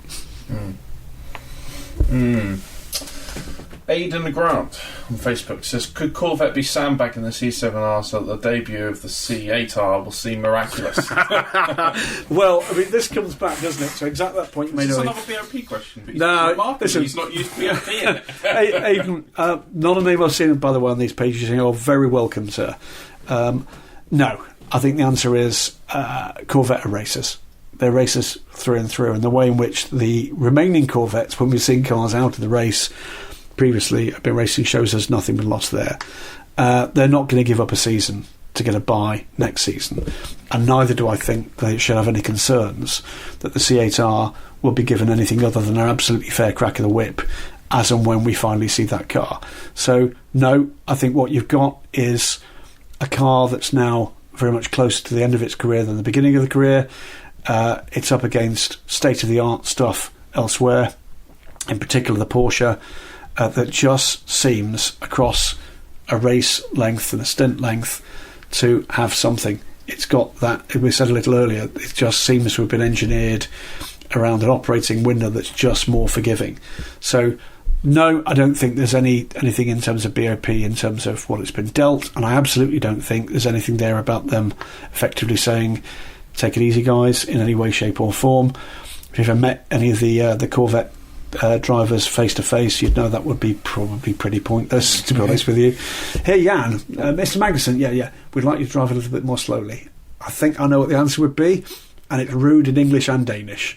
The likes of one of my favourite GT drivers of any period, Antonio Garcia, is... No, that's just not in his makeup. Well, I know from conversations I've had with a couple of people at Corvette Racing that they're now at the point where they are borderline desperate to get the 4-car a good result because it's had a really tough season. Oh yeah, in Le Mans and in IMSA. Yeah, they are going to be pushing. Again, a point we've raised on an earlier show. It does seem that the bad luck for Corvette comes to a single car each season. And boy, oh boy, it's weird, isn't it? Boy, oh boy, is it the 4-car this time? It's a bit Audi-like, isn't it? One in the wall, one wins. Yes, yeah.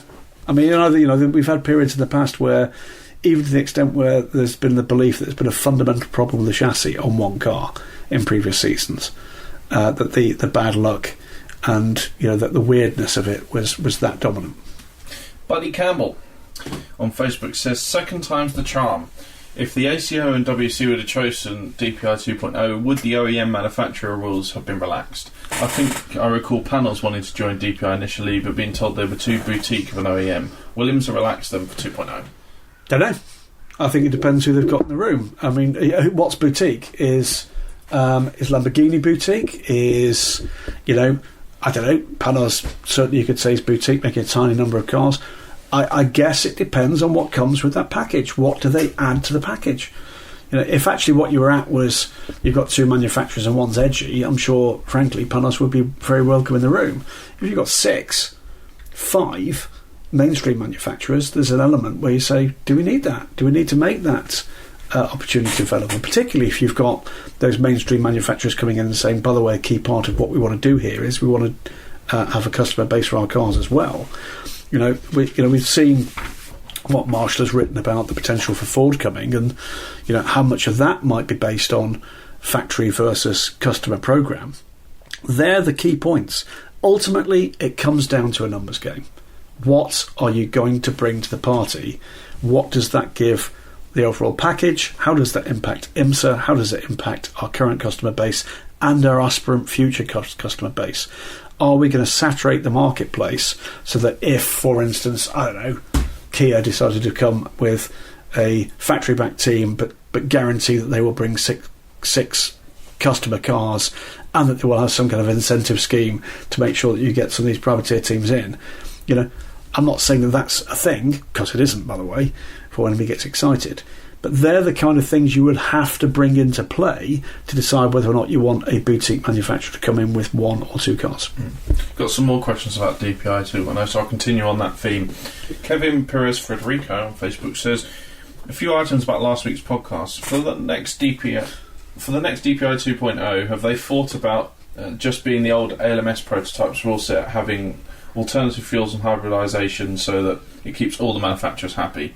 Make hybrid rules to be only rear-wheel drive and no all-wheel drive options to help the BOP and EOT, and couldn't the odd DPI cars become the Pro-Am class cars like in DP1, DP2?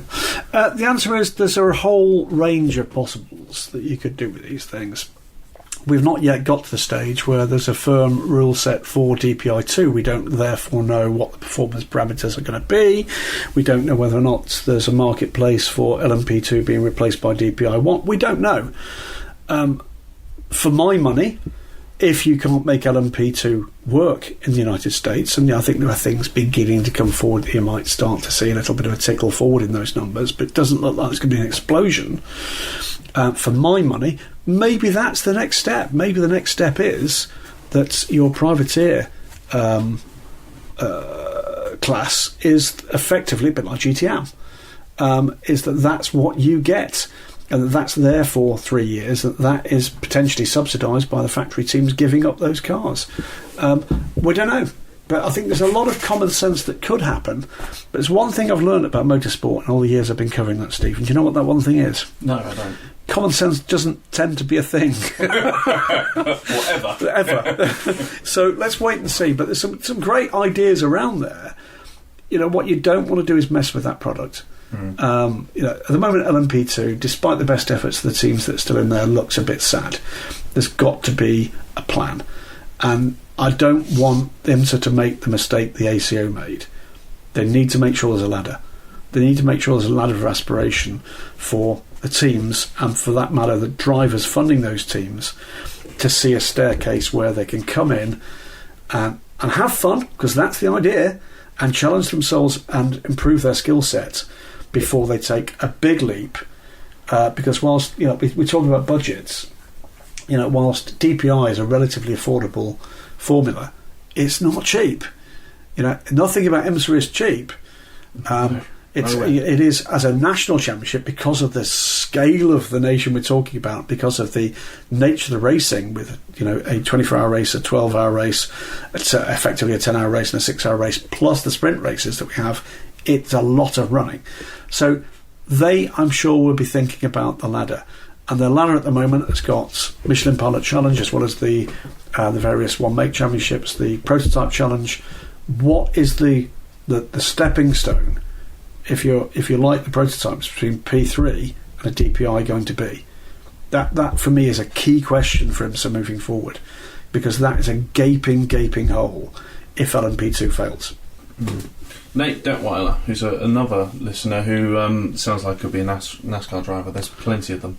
We've got almost a full grid of NASCAR. You just wonder whether or not maybe it is kind of one of those kind of third or fourth tier NASCAR series, and maybe they just got drunk and thought, I know what we'll do. We'll troll Marshall and Graham. Yeah. They're unlucky. It's a week when he's not here. They all drive in the Bass Pro Shop Sprint Cup Championship of the World with Monster Energy and Red Bull. That's the one. Yeah, that one.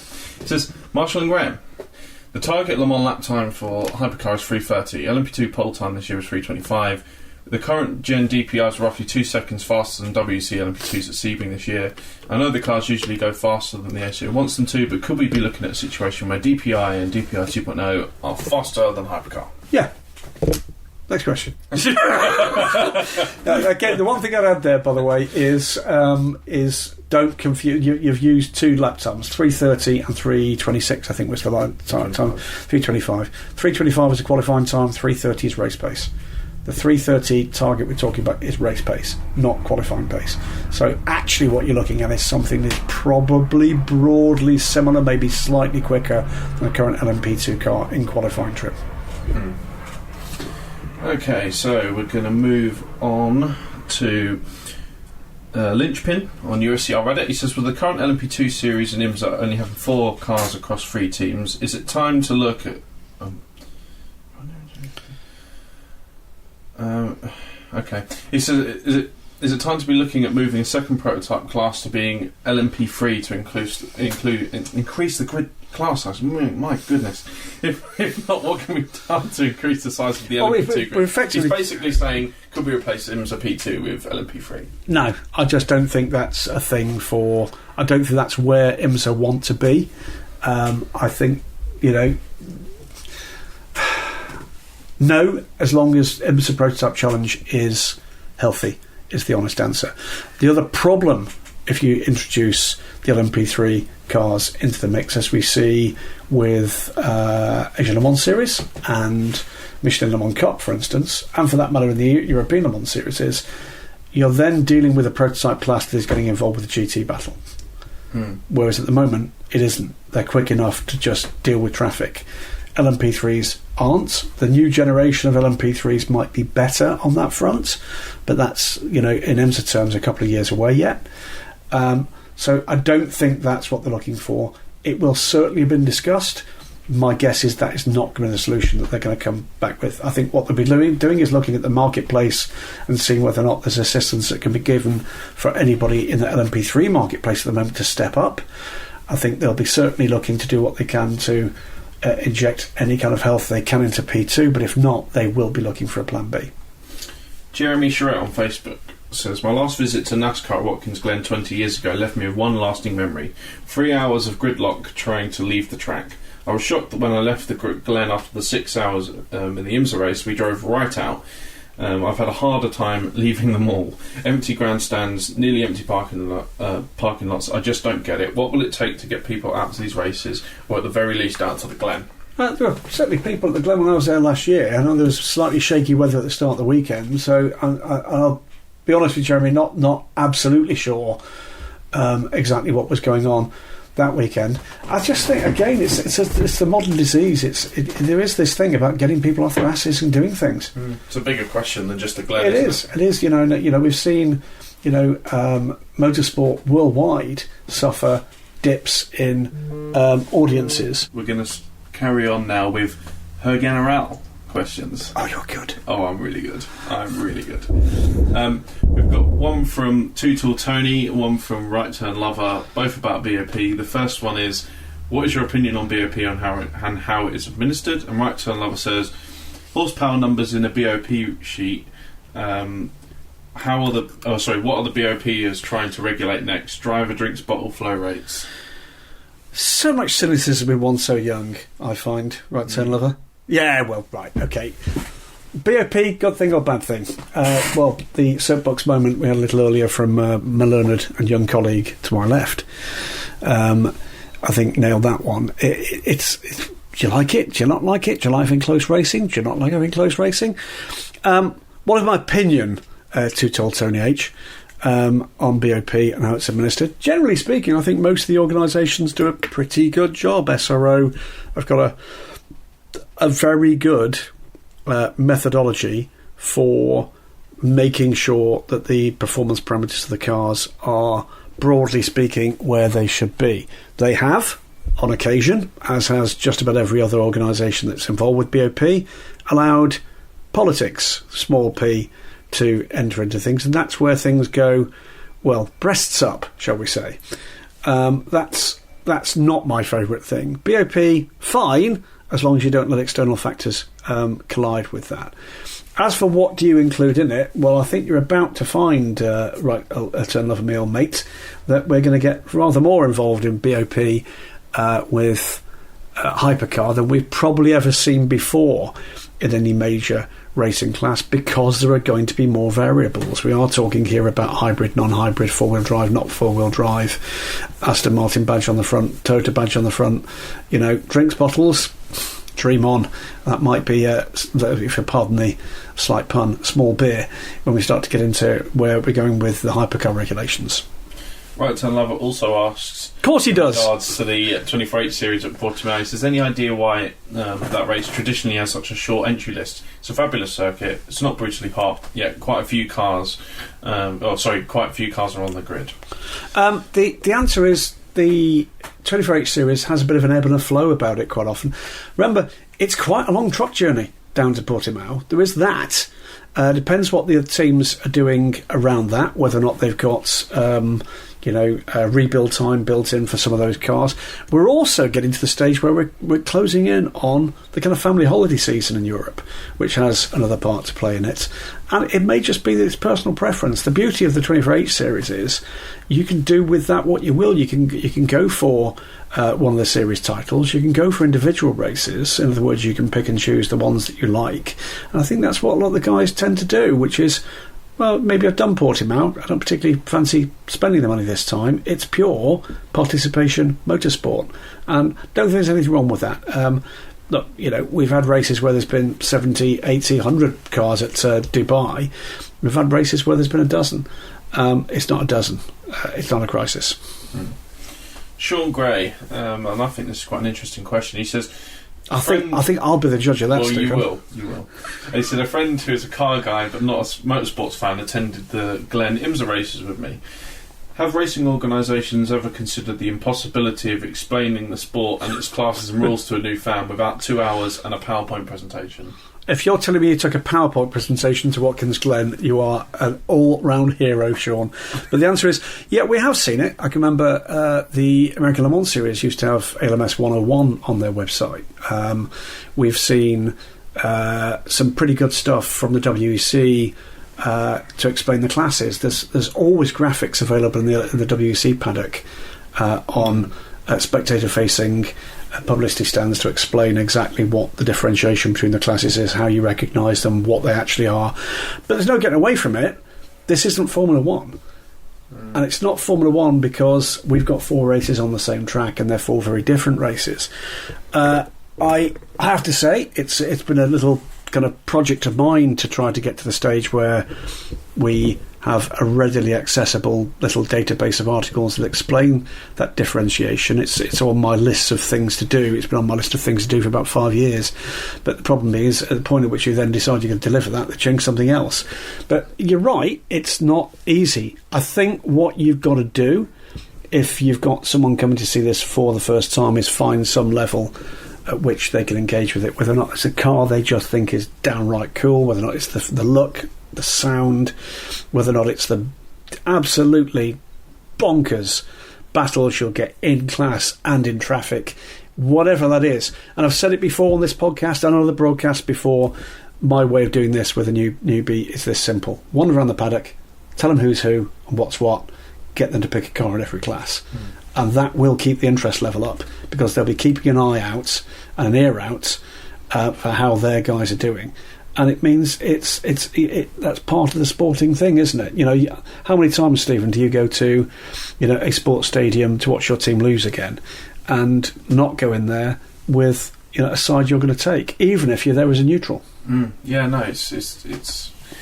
I think it also goes on what we were talking about with Watkins Glen and low crowd numbers. It's got to be accessible. We've got to have a reason to root for something, because emotion in sport is what drives people to watch it. Yeah. And it is becoming a little bit inaccessible sometimes, sports car racing, and it's not helped by the fact that we've got things like IMSA and WC being harder to find on TV and streaming with paywalls or changes of broadcasts and things like that, and all that adds up to people maybe not deciding to go to a race to give it a crack because they think it's a long way to go if I don't enjoy it, and I don't know if I enjoy it or not. Yeah, but I mean, the main thing here is you've actually explained there, Sean. You've taken a mate along, and by the way, hero for doing so. Everybody should do that, because you know what? This is highly enjoyable entertainment, and it's a quality event at that.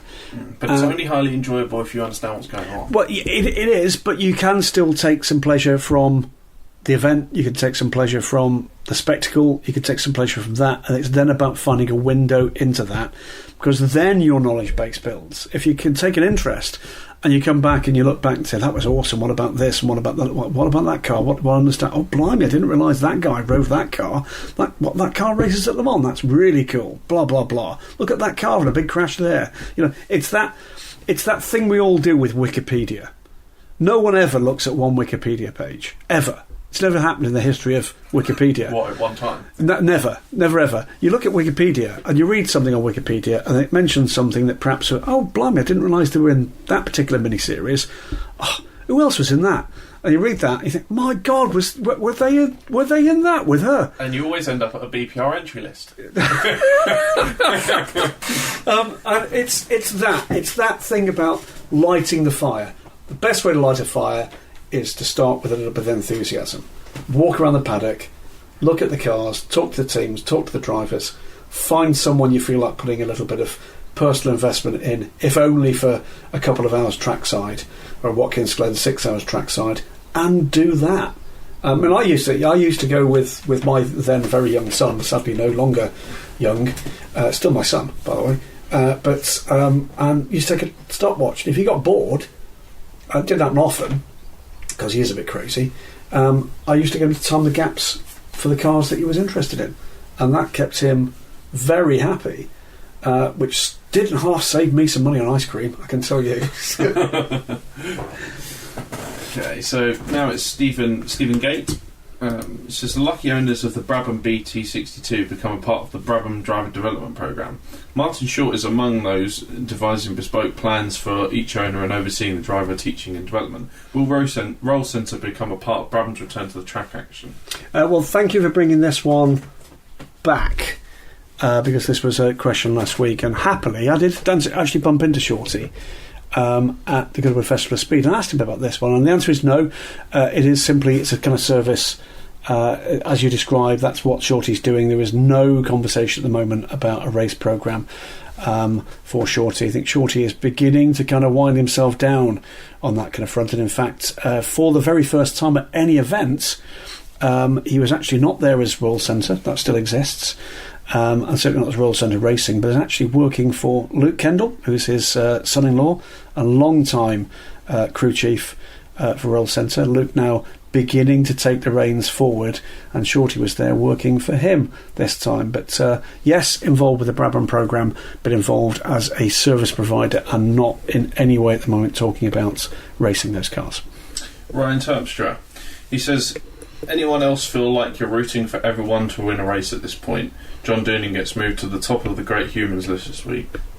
Well, the answer is I always like to root for people to win races, particularly ones that perhaps have had a bit of a bad time of it of late. And it's always great when you've seen a team that, you know what, at the level at which you and I and MP report, there are not many bad teams in international motorsport. They tend to get found out really very quickly. I know MP had a bit of a rant about a particular team in IMSA last week on pit lane. That was one team that perhaps didn't make the cut, but there are very few. But what I hate to see is people trying hard and never quite getting there.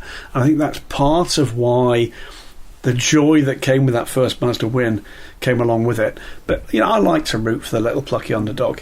It's when you've got teams like Pescarolo back in the day, Dyson Racing going up against the might of Audi, against Panos with whatever they were going to throw into it.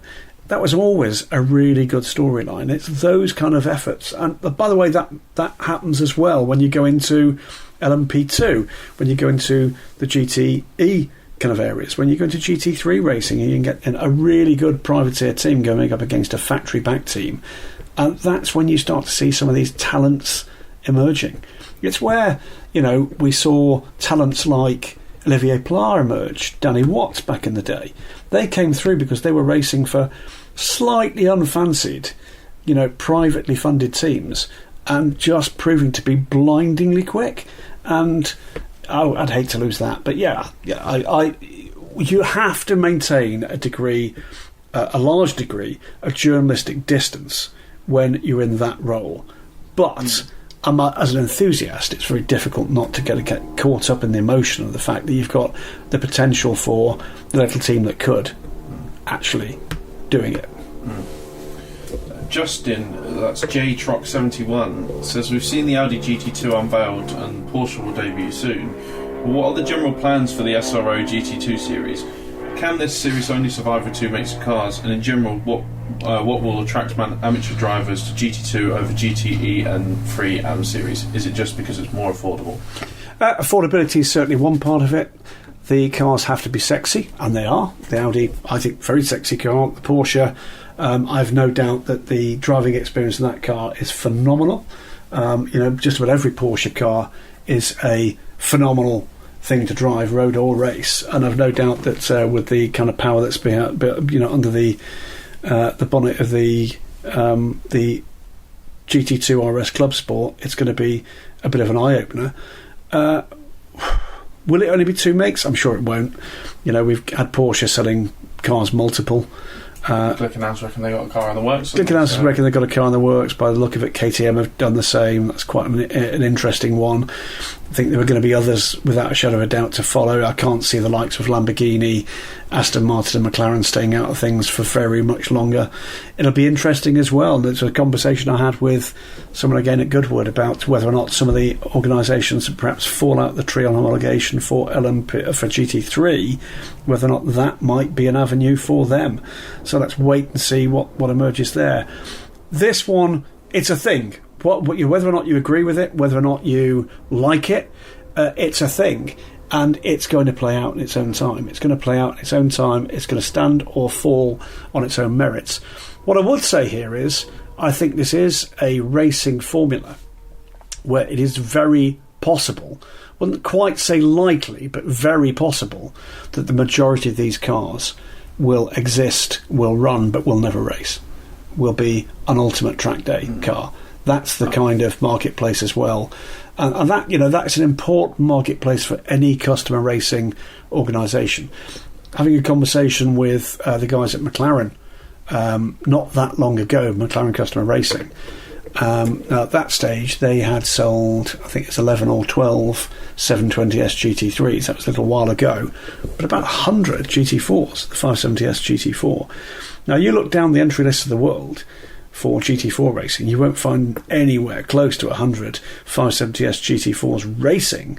So those cars are out there, and those cars are being used, and generally speaking they're being used for their owners to go and have an enormous amount of fun on a track. I think there could be an appeal with GT2, and I think we shouldn't forget the fact that what we've got with GT and GT3 are really sophisticated professional bits of kit. And you know what, for some of these amateurs, there is a little bit of a barrier there now. With, if you want to extract the proper pace out of these cars and compete with even the best AMs, you've got to use things like downforce.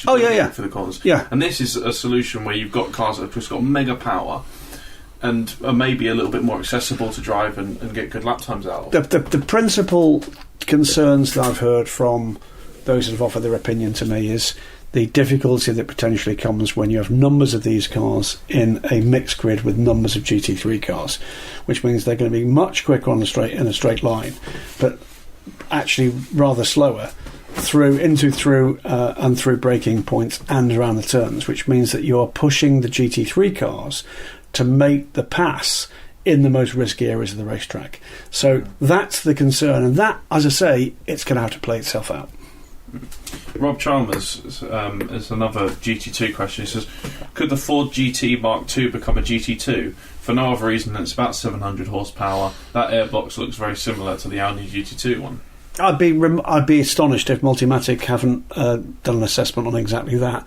I'd also be the least surprised person in the world if they weren't having conversations with anybody that's popped up as a potential customer for that car that we saw again at Goodwood, going into a racing spec.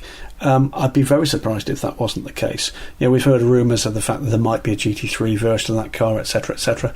We'll have to wait and see. It'll all be done on the basis of whether or not there is customer demand at an affordable price point, not a cheap road car, remember.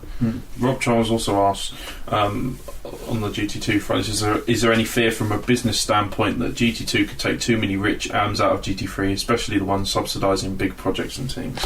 And again, the one thing I would say on this front about SRO is they've been pretty good at understanding the thoughts of their customers. That means the customer racing organisations, the teams, and the gentleman drivers. Typically what SRO have done in the past is they've built up the strong grids that we've seen in recent years from the bottom up. It's entirely the opposite way that the ACO operate. The ACO operate by looking at the big factory programs that provides the financial powerhouse that allows them to invest further down the line. That's generally the way things have happened. Not the case with SRO. They've put an awful lot of their time and time investment into drawing together exactly those kinds of people that will build up a basic grid and building on that from there. That has been very successful in numerical terms for them thus far. Michael Schindelbeck on Facebook has another question about the Ford GT Mark II, which you saw at Goodwood. He says, will the new Mark II Ford GT be legal for hypercar? Potentially, as a basis of a hypercar. Potentially it could be. Will we see it in a hypercar? I strongly suspect not. And Kevin Perez Frederico has another question from him. He says, why isn't modern F1 British hill climb cars not allowed to compete at a Festival of Speed, and why isn't Porsche showing up with its 919 Evo at Festival of Speed or Pikes Peak to see how good the IDR is? I think the answer came down to fears about safety. The reality is that the speeds at Goodwood versus the level of protection offered to a crowd that is in very close proximity, I think we're getting to the stage where the dead hand of regulation could have hit that event pretty darn hard. It was clearly a policy decision taken to restrict the truly awesomely quick stuff from going for full-time runs up the hill. The reality is the safety measures there, generally speaking, are hay bales. I don't think a hay bale is going to do very much about a 919 Evo snapped out of shape, the kind of speeds that we know there.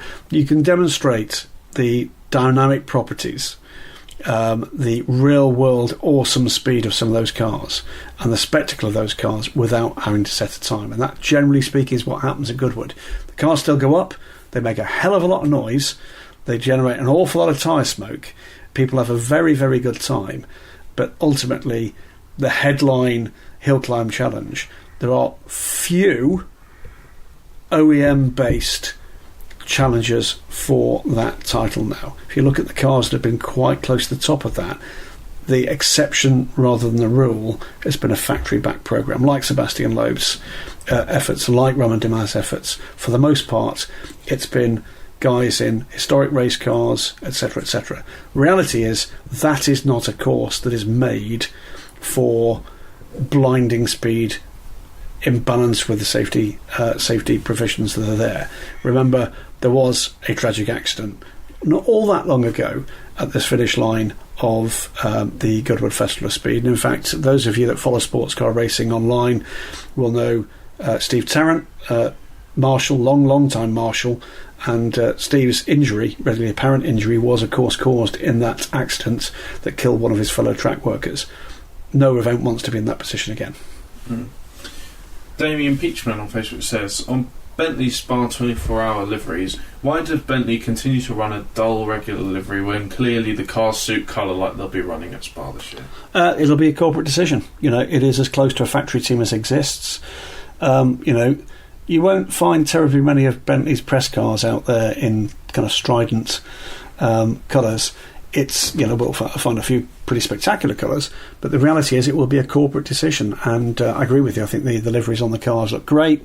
We've seen some fantastic liveries before now on Bentley GT cars, but do I particularly like the corporate colours on the current Bentleys? I think it's actually probably the best livery they've had in a while. I was never a big fan of the white with the green at all. I didn't think that did much for the first gen cars, but I do like the fact that we get, we're getting back into this process whereby for the big races, the big teams bring something a bit different. Eric Harkrudder? I'll go with that. I think you should. Apologise in advance. I think that's exactly how you pronounce Eric, by the way. Yeah, well, that wasn't the bit I was worried about. Hi guys, thanks for the great work each week.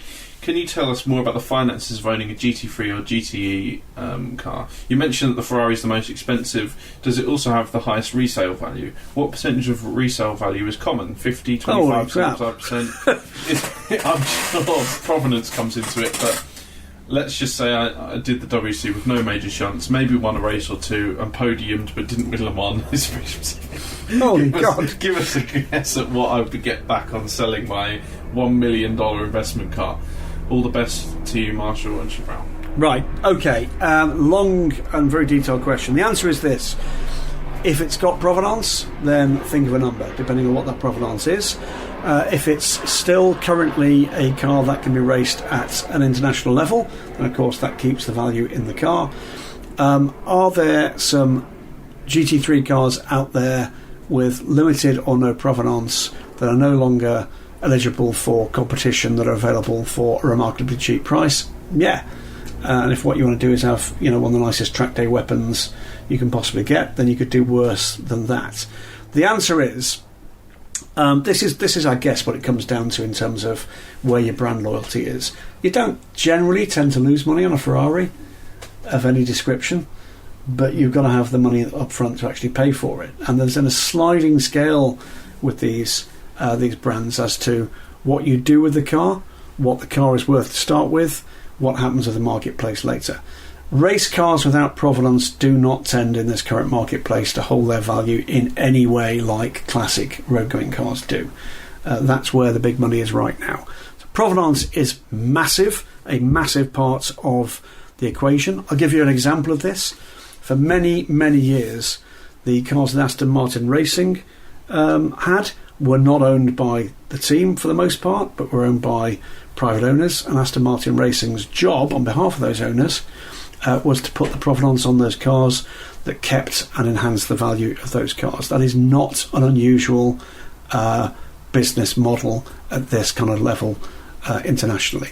There are a number of cars out there that are operated by teams but owned by a particular owner who has placed them with the team either to actually get the commercial value out of selling seats in that car, or to add provenance for a car that they wish to keep for whatever reason, for either financial reasons or frankly just because they love those cars. Putting figures on it, it really is think of a number. You are really talking about a range here where the difference between success and failure in racing could literally add a zero, in some cases 2 zeros, the value of one of these amazing pieces of kit.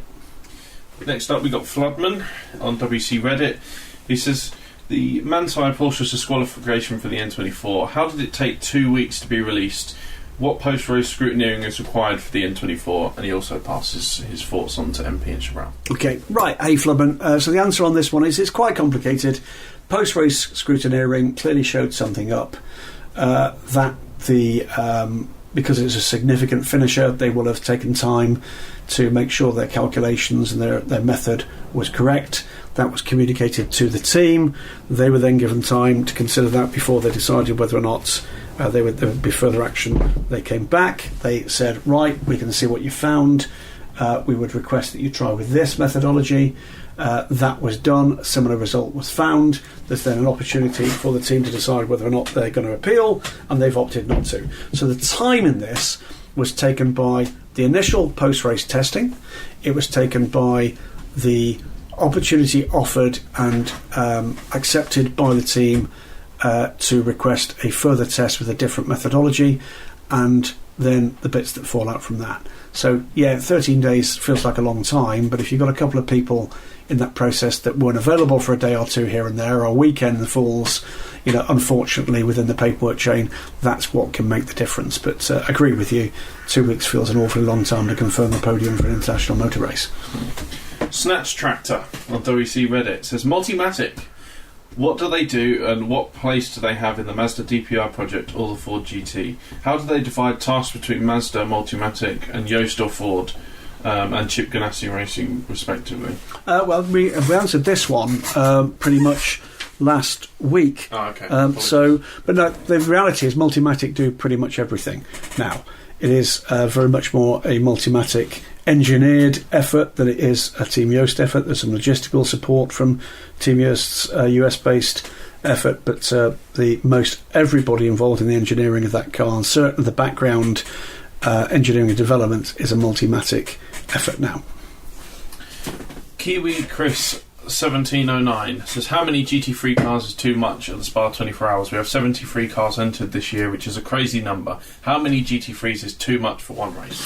Well, I think the answer is it's not a matter of whether or not it's for one race. It's the surroundings, and it's also the relative pace between the cars. Were it 70 cars in 4 different classes. That's very different from 70 plus GT3 cars, capable, of course, of the same performance, but with a widely differing range of talent.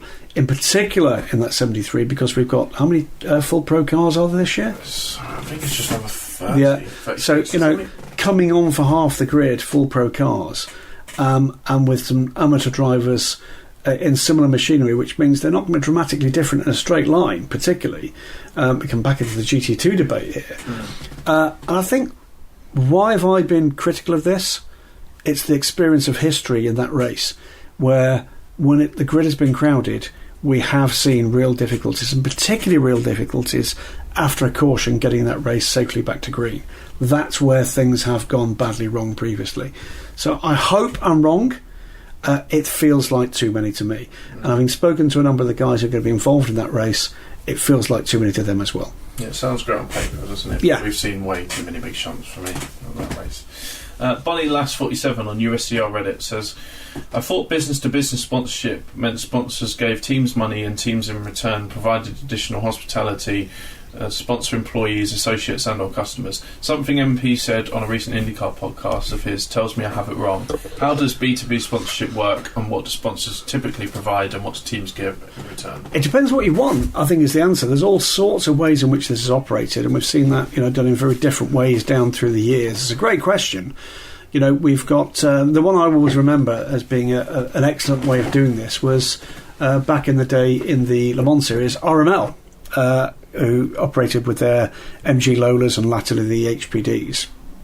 And in that instance, what would happen is that one of the key groups, Mike Newton's companies, used to invite employees, customers, prospective customers. They would become part of the team for the race weekend, given full hospitality, given effectively team gear. It was always quite difficult to work out who was actually a member of the team, who was actually a guest, and they were embedded with the team. And what that gave Mike and his team with his company was the opportunity to have a lot of very valuable semi-social face time with some potentially very valuable prospects and customers for his business. You'll see all the sorts of ways done where it's a less formal, come along and have a great time, we'll spend 10 minutes, but then the cold call comes later, presumably, for these things. There's lots of different ways to do it. I love to see it done cleverly. I love to see these things done in a way in which they're adding value, not just to the customers, as Mr. Fly, actually, there we go. Oh, it's a wasp. Lovely. Wasp on the Weekend Sports Cars there. Third guest. Absolutely. Well, there's a few people in the sports car world that from time to time come and drone and buzz around, but there's one that's absolutely doing it for a living. But it's good to see when someone just tries to break the mould. Setilar Racing at the moment in fact coming to the WC, particularly when we get to Monza, and that's a kind of semi-family affair. I like to see that one as well, where what you've got is guests and their families coming to play at a racetrack, but loads of different ways. The answer is, I guess, the smart way of marketing these things is you go in for a prospective customer on these things, and the first question is, what's your objective? What do you want to achieve? And you build something around that.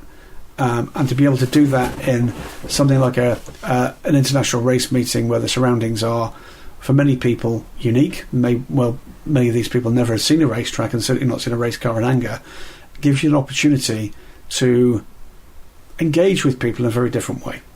Before we get onto the fun questions, there's one more request we've had from Jordan Hopwood, who says, can you do a pit walk video for the Spa 24 Hours?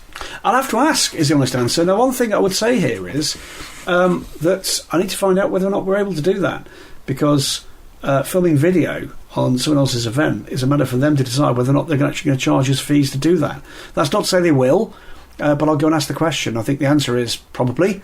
I should be there from the late Wednesday evening this year. I've got a book launch to go to first. Your friend and mine, our ex-editor-in-chief Malcolm Cracknell, his book, and we'll bring a bit of news about that. But likely first things Thursday morning, and I hope to be able to get an opportunity to do exactly that. But I'll have a chat with our friends at SRO at the IGTC, but I'm sure they'll say yes. They're lovely people. Perfect. We'll start off the fun section with questions from Ryan Tutcher. He's asked me 2 questions on Twitter this week. First one is favourite Star Wars movie. Of course, it's The Phantom Menace. I mean, come on. And the second one is he asked me to explain cricket, and I think I can't explain cricket. I can. But the best advice I can give you is go and read the very short but very, very good book, which is What is a Googly. It's a fantastic book of explaining cricket. I would explain cricket in exactly the same way as I explain opera. Okay, cricket is all the excitement from baseball packed into 5 days. Yeah, fantastic. Luke Filipponi on Facebook says, after watching the new GT Porsche 911 RSR at Goodwin Festival Speed, how can we convince the ACO to add a rule to the GT regulations requiring that the new RSR must sound like the current one for at least the next 8 or so seasons? On a related note, what's your all-time favourite engine notes? Ooh, right. Well, okay. The RSR, it is amazing. But here's the thing. When you spend as much time as we do with the RSR, you can get to the stage you've had enough of it. I don't know, to be honest. I just haven't heard it enough. The amount of times I go out of a pressure and hear it at a circuit and go, God, I've forgotten how loud that thing is. Yeah, it's really, really, really loud. We're going to miss it when it's gone. We're going to miss it hugely when it's gone. But, you stand in a garage next door to one when it fires up, and the entire crew just winces in pain having listened to it the last 3 days.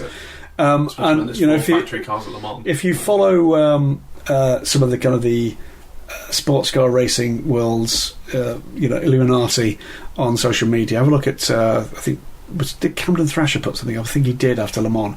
The day late on in the afternoon after Le Mans 24 hours, they were packing up the cars, and there was a bit of a burnout contest between some of the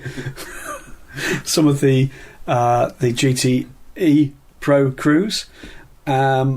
It's fair to say, in terms of the soundtrack, BMW comprehensively lost that, and the team member, because it was one of the team engineers, drifting a fully lit up 911 RSR down the empty pit lane at Le Mans late on race day evening, comprehensively won it. So all-time favourite engine notes for me is a top 3. Okay. Top 3. Corvette C6R is number 1. Right. I just love that car. Which what the GT? The GT1 car. GT1 car. The Aston Martin DBR12. My God, was that an engine? And the third is the engine that was in the A1 GP cars, the original ones. My God, that was loud. The Zytek. Proud. Oh, the Zytek engine. Under braking, unbelievable. Okay. Well, I agree with you with the Aston Martin. Quite often, racing V12s in the modern era are pretty underwhelming. There's something about the way in which they do that they're pretty underwhelming. That one wasn't. That one, as I've said before, the team used to have the box at Le Mans underneath where you and I sit in the press room at Le Mans, and I always have sat there, and when that thing fired up, it sounded like a bomb had gone off underneath our desks. So that was that one. Very fond of the McLaren F1. Very fond of the BMW V12 in that car, but would say that's probably not a favourite.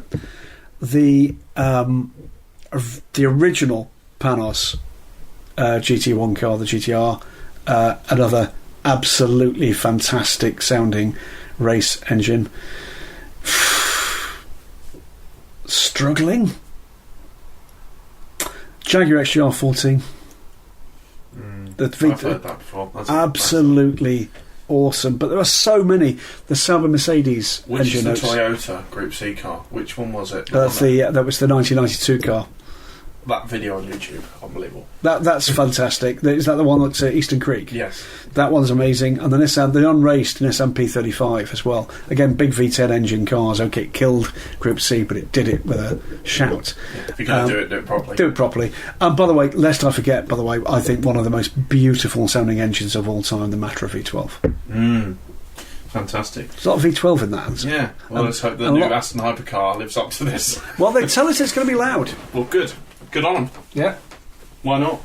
If you're gonna be stopped making cars that kind of eat fossil fuels, do so screaming. Douglas Holzman on Facebook says, I was at the Dodge County half-mile dirt track in Wisconsin on the 3rd of July. To my surprise, Sean Rahal was running a 360 sprint and apparently comes up from Georgia every week. Which sports car driver would you like to put in a sprint car? Obvious. Christophe Bouchou. Just because I think it'd be funny. Not Jimmy Bruni then? Jimmy might be quite fun. I'm not quite sure whether or not I've relayed my experience with Jimmy Bruni around the Nordschleife in his Skoda Fabia diesel hire car with his then girlfriend, now wife. But that was an eye-opener. So the sprint car thing with Jimmy might be quite fun. Lance Van Toor in a sprint car could be quite amazing as well. Yannick Dalmas, I mean, he could put a safety car sideways. He could put a safety car sideways. But I think Christophe Boucher will go for, just because it would be funny. And the last question is from Jakob Bem on Facebook. He says, would you ever dare to drink Coca-Cola from a Pepsi glass or the other way around? What kind of random madness do you enjoy in your life and are willing to share with us if that's random madness? Random madness. They think you're on the edge. On the edge, yeah. You're on the edge, yeah. Well, I mean, other than for saying that one of the things that gets my daughter giggling is our proposition that the advertising slogan in the UK for Pepsi should be it's Pepsi. Is that okay? Because that's all you ever hear when you go to a bar here if Coca-Cola's not on tap. Random madness. Random madness or random kind of oddness? Oddness we'll go for. Yeah. Well, yours, I can tell you, is habitually when we run on a DSC road trip, you ride up front. You shotgun, don't you? Yeah. And whenever I get back in the car, you've got the front seat is like Fernando Alonso style sun lounger. How the hell do you sit like that in a car? How? I just like and it. Why? I like it. It's like, we spend so much time... Think of the children behind you. We spend so much time on an economy class plane that when I get the opportunity to lounge backwards, I'm taking that chance. I'll go to Spa, and also with Spa, that awful journey we do, if you lay really far back you can't see the road, and it's brilliant. Think of my wife who has to get back in that car. She's standing at the door now of DSA quarters. Say hello, Trudy. Hello. Trudy Goodwin appearing on the Weekend Sports Cars for the very first time, and possibly the last. But no, she has to get back in there. She's cranking the seat up. It's 10 minutes. It's 10 minutes. Outrageous. Wild and wacky craziness in my life. I'm never as crazy as drinking Coke from a Pepsi glass. That's just mad. I mean, you do get an incredible amount of enjoyment for rummaging around Hot Wheels boxes in toy shops. Do. It is a bit creepy, almost. Is it really? Yeah. It's childlike. A little bit. Because you're not exactly 18, are you? No, a bit more than that. Well, you can see... Even 18's pushing you can see the results of those labours around you on the windowsill collection. There are rather a lot of them now. They are taking over. They're taking over. They're gradually creeping towards me. Not a lot, but we'll come back to that one, because I reckon that's a great question when we get MP back on in a couple of weeks' time, for him to just ease away the pains of the last few weeks and months with a little bit of lightheartedness, because that always does help. Yeah.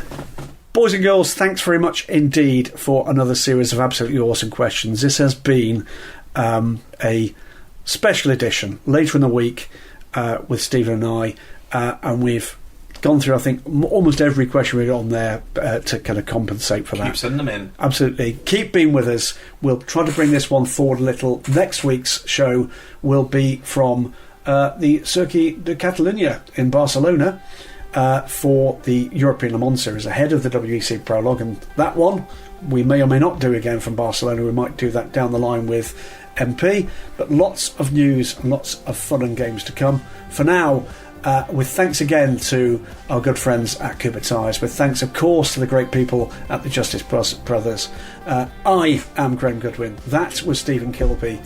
Get well soon, Cabral. Missing you, Marshall Pruett. This has been the Weekend Sports Cars. Goodbye.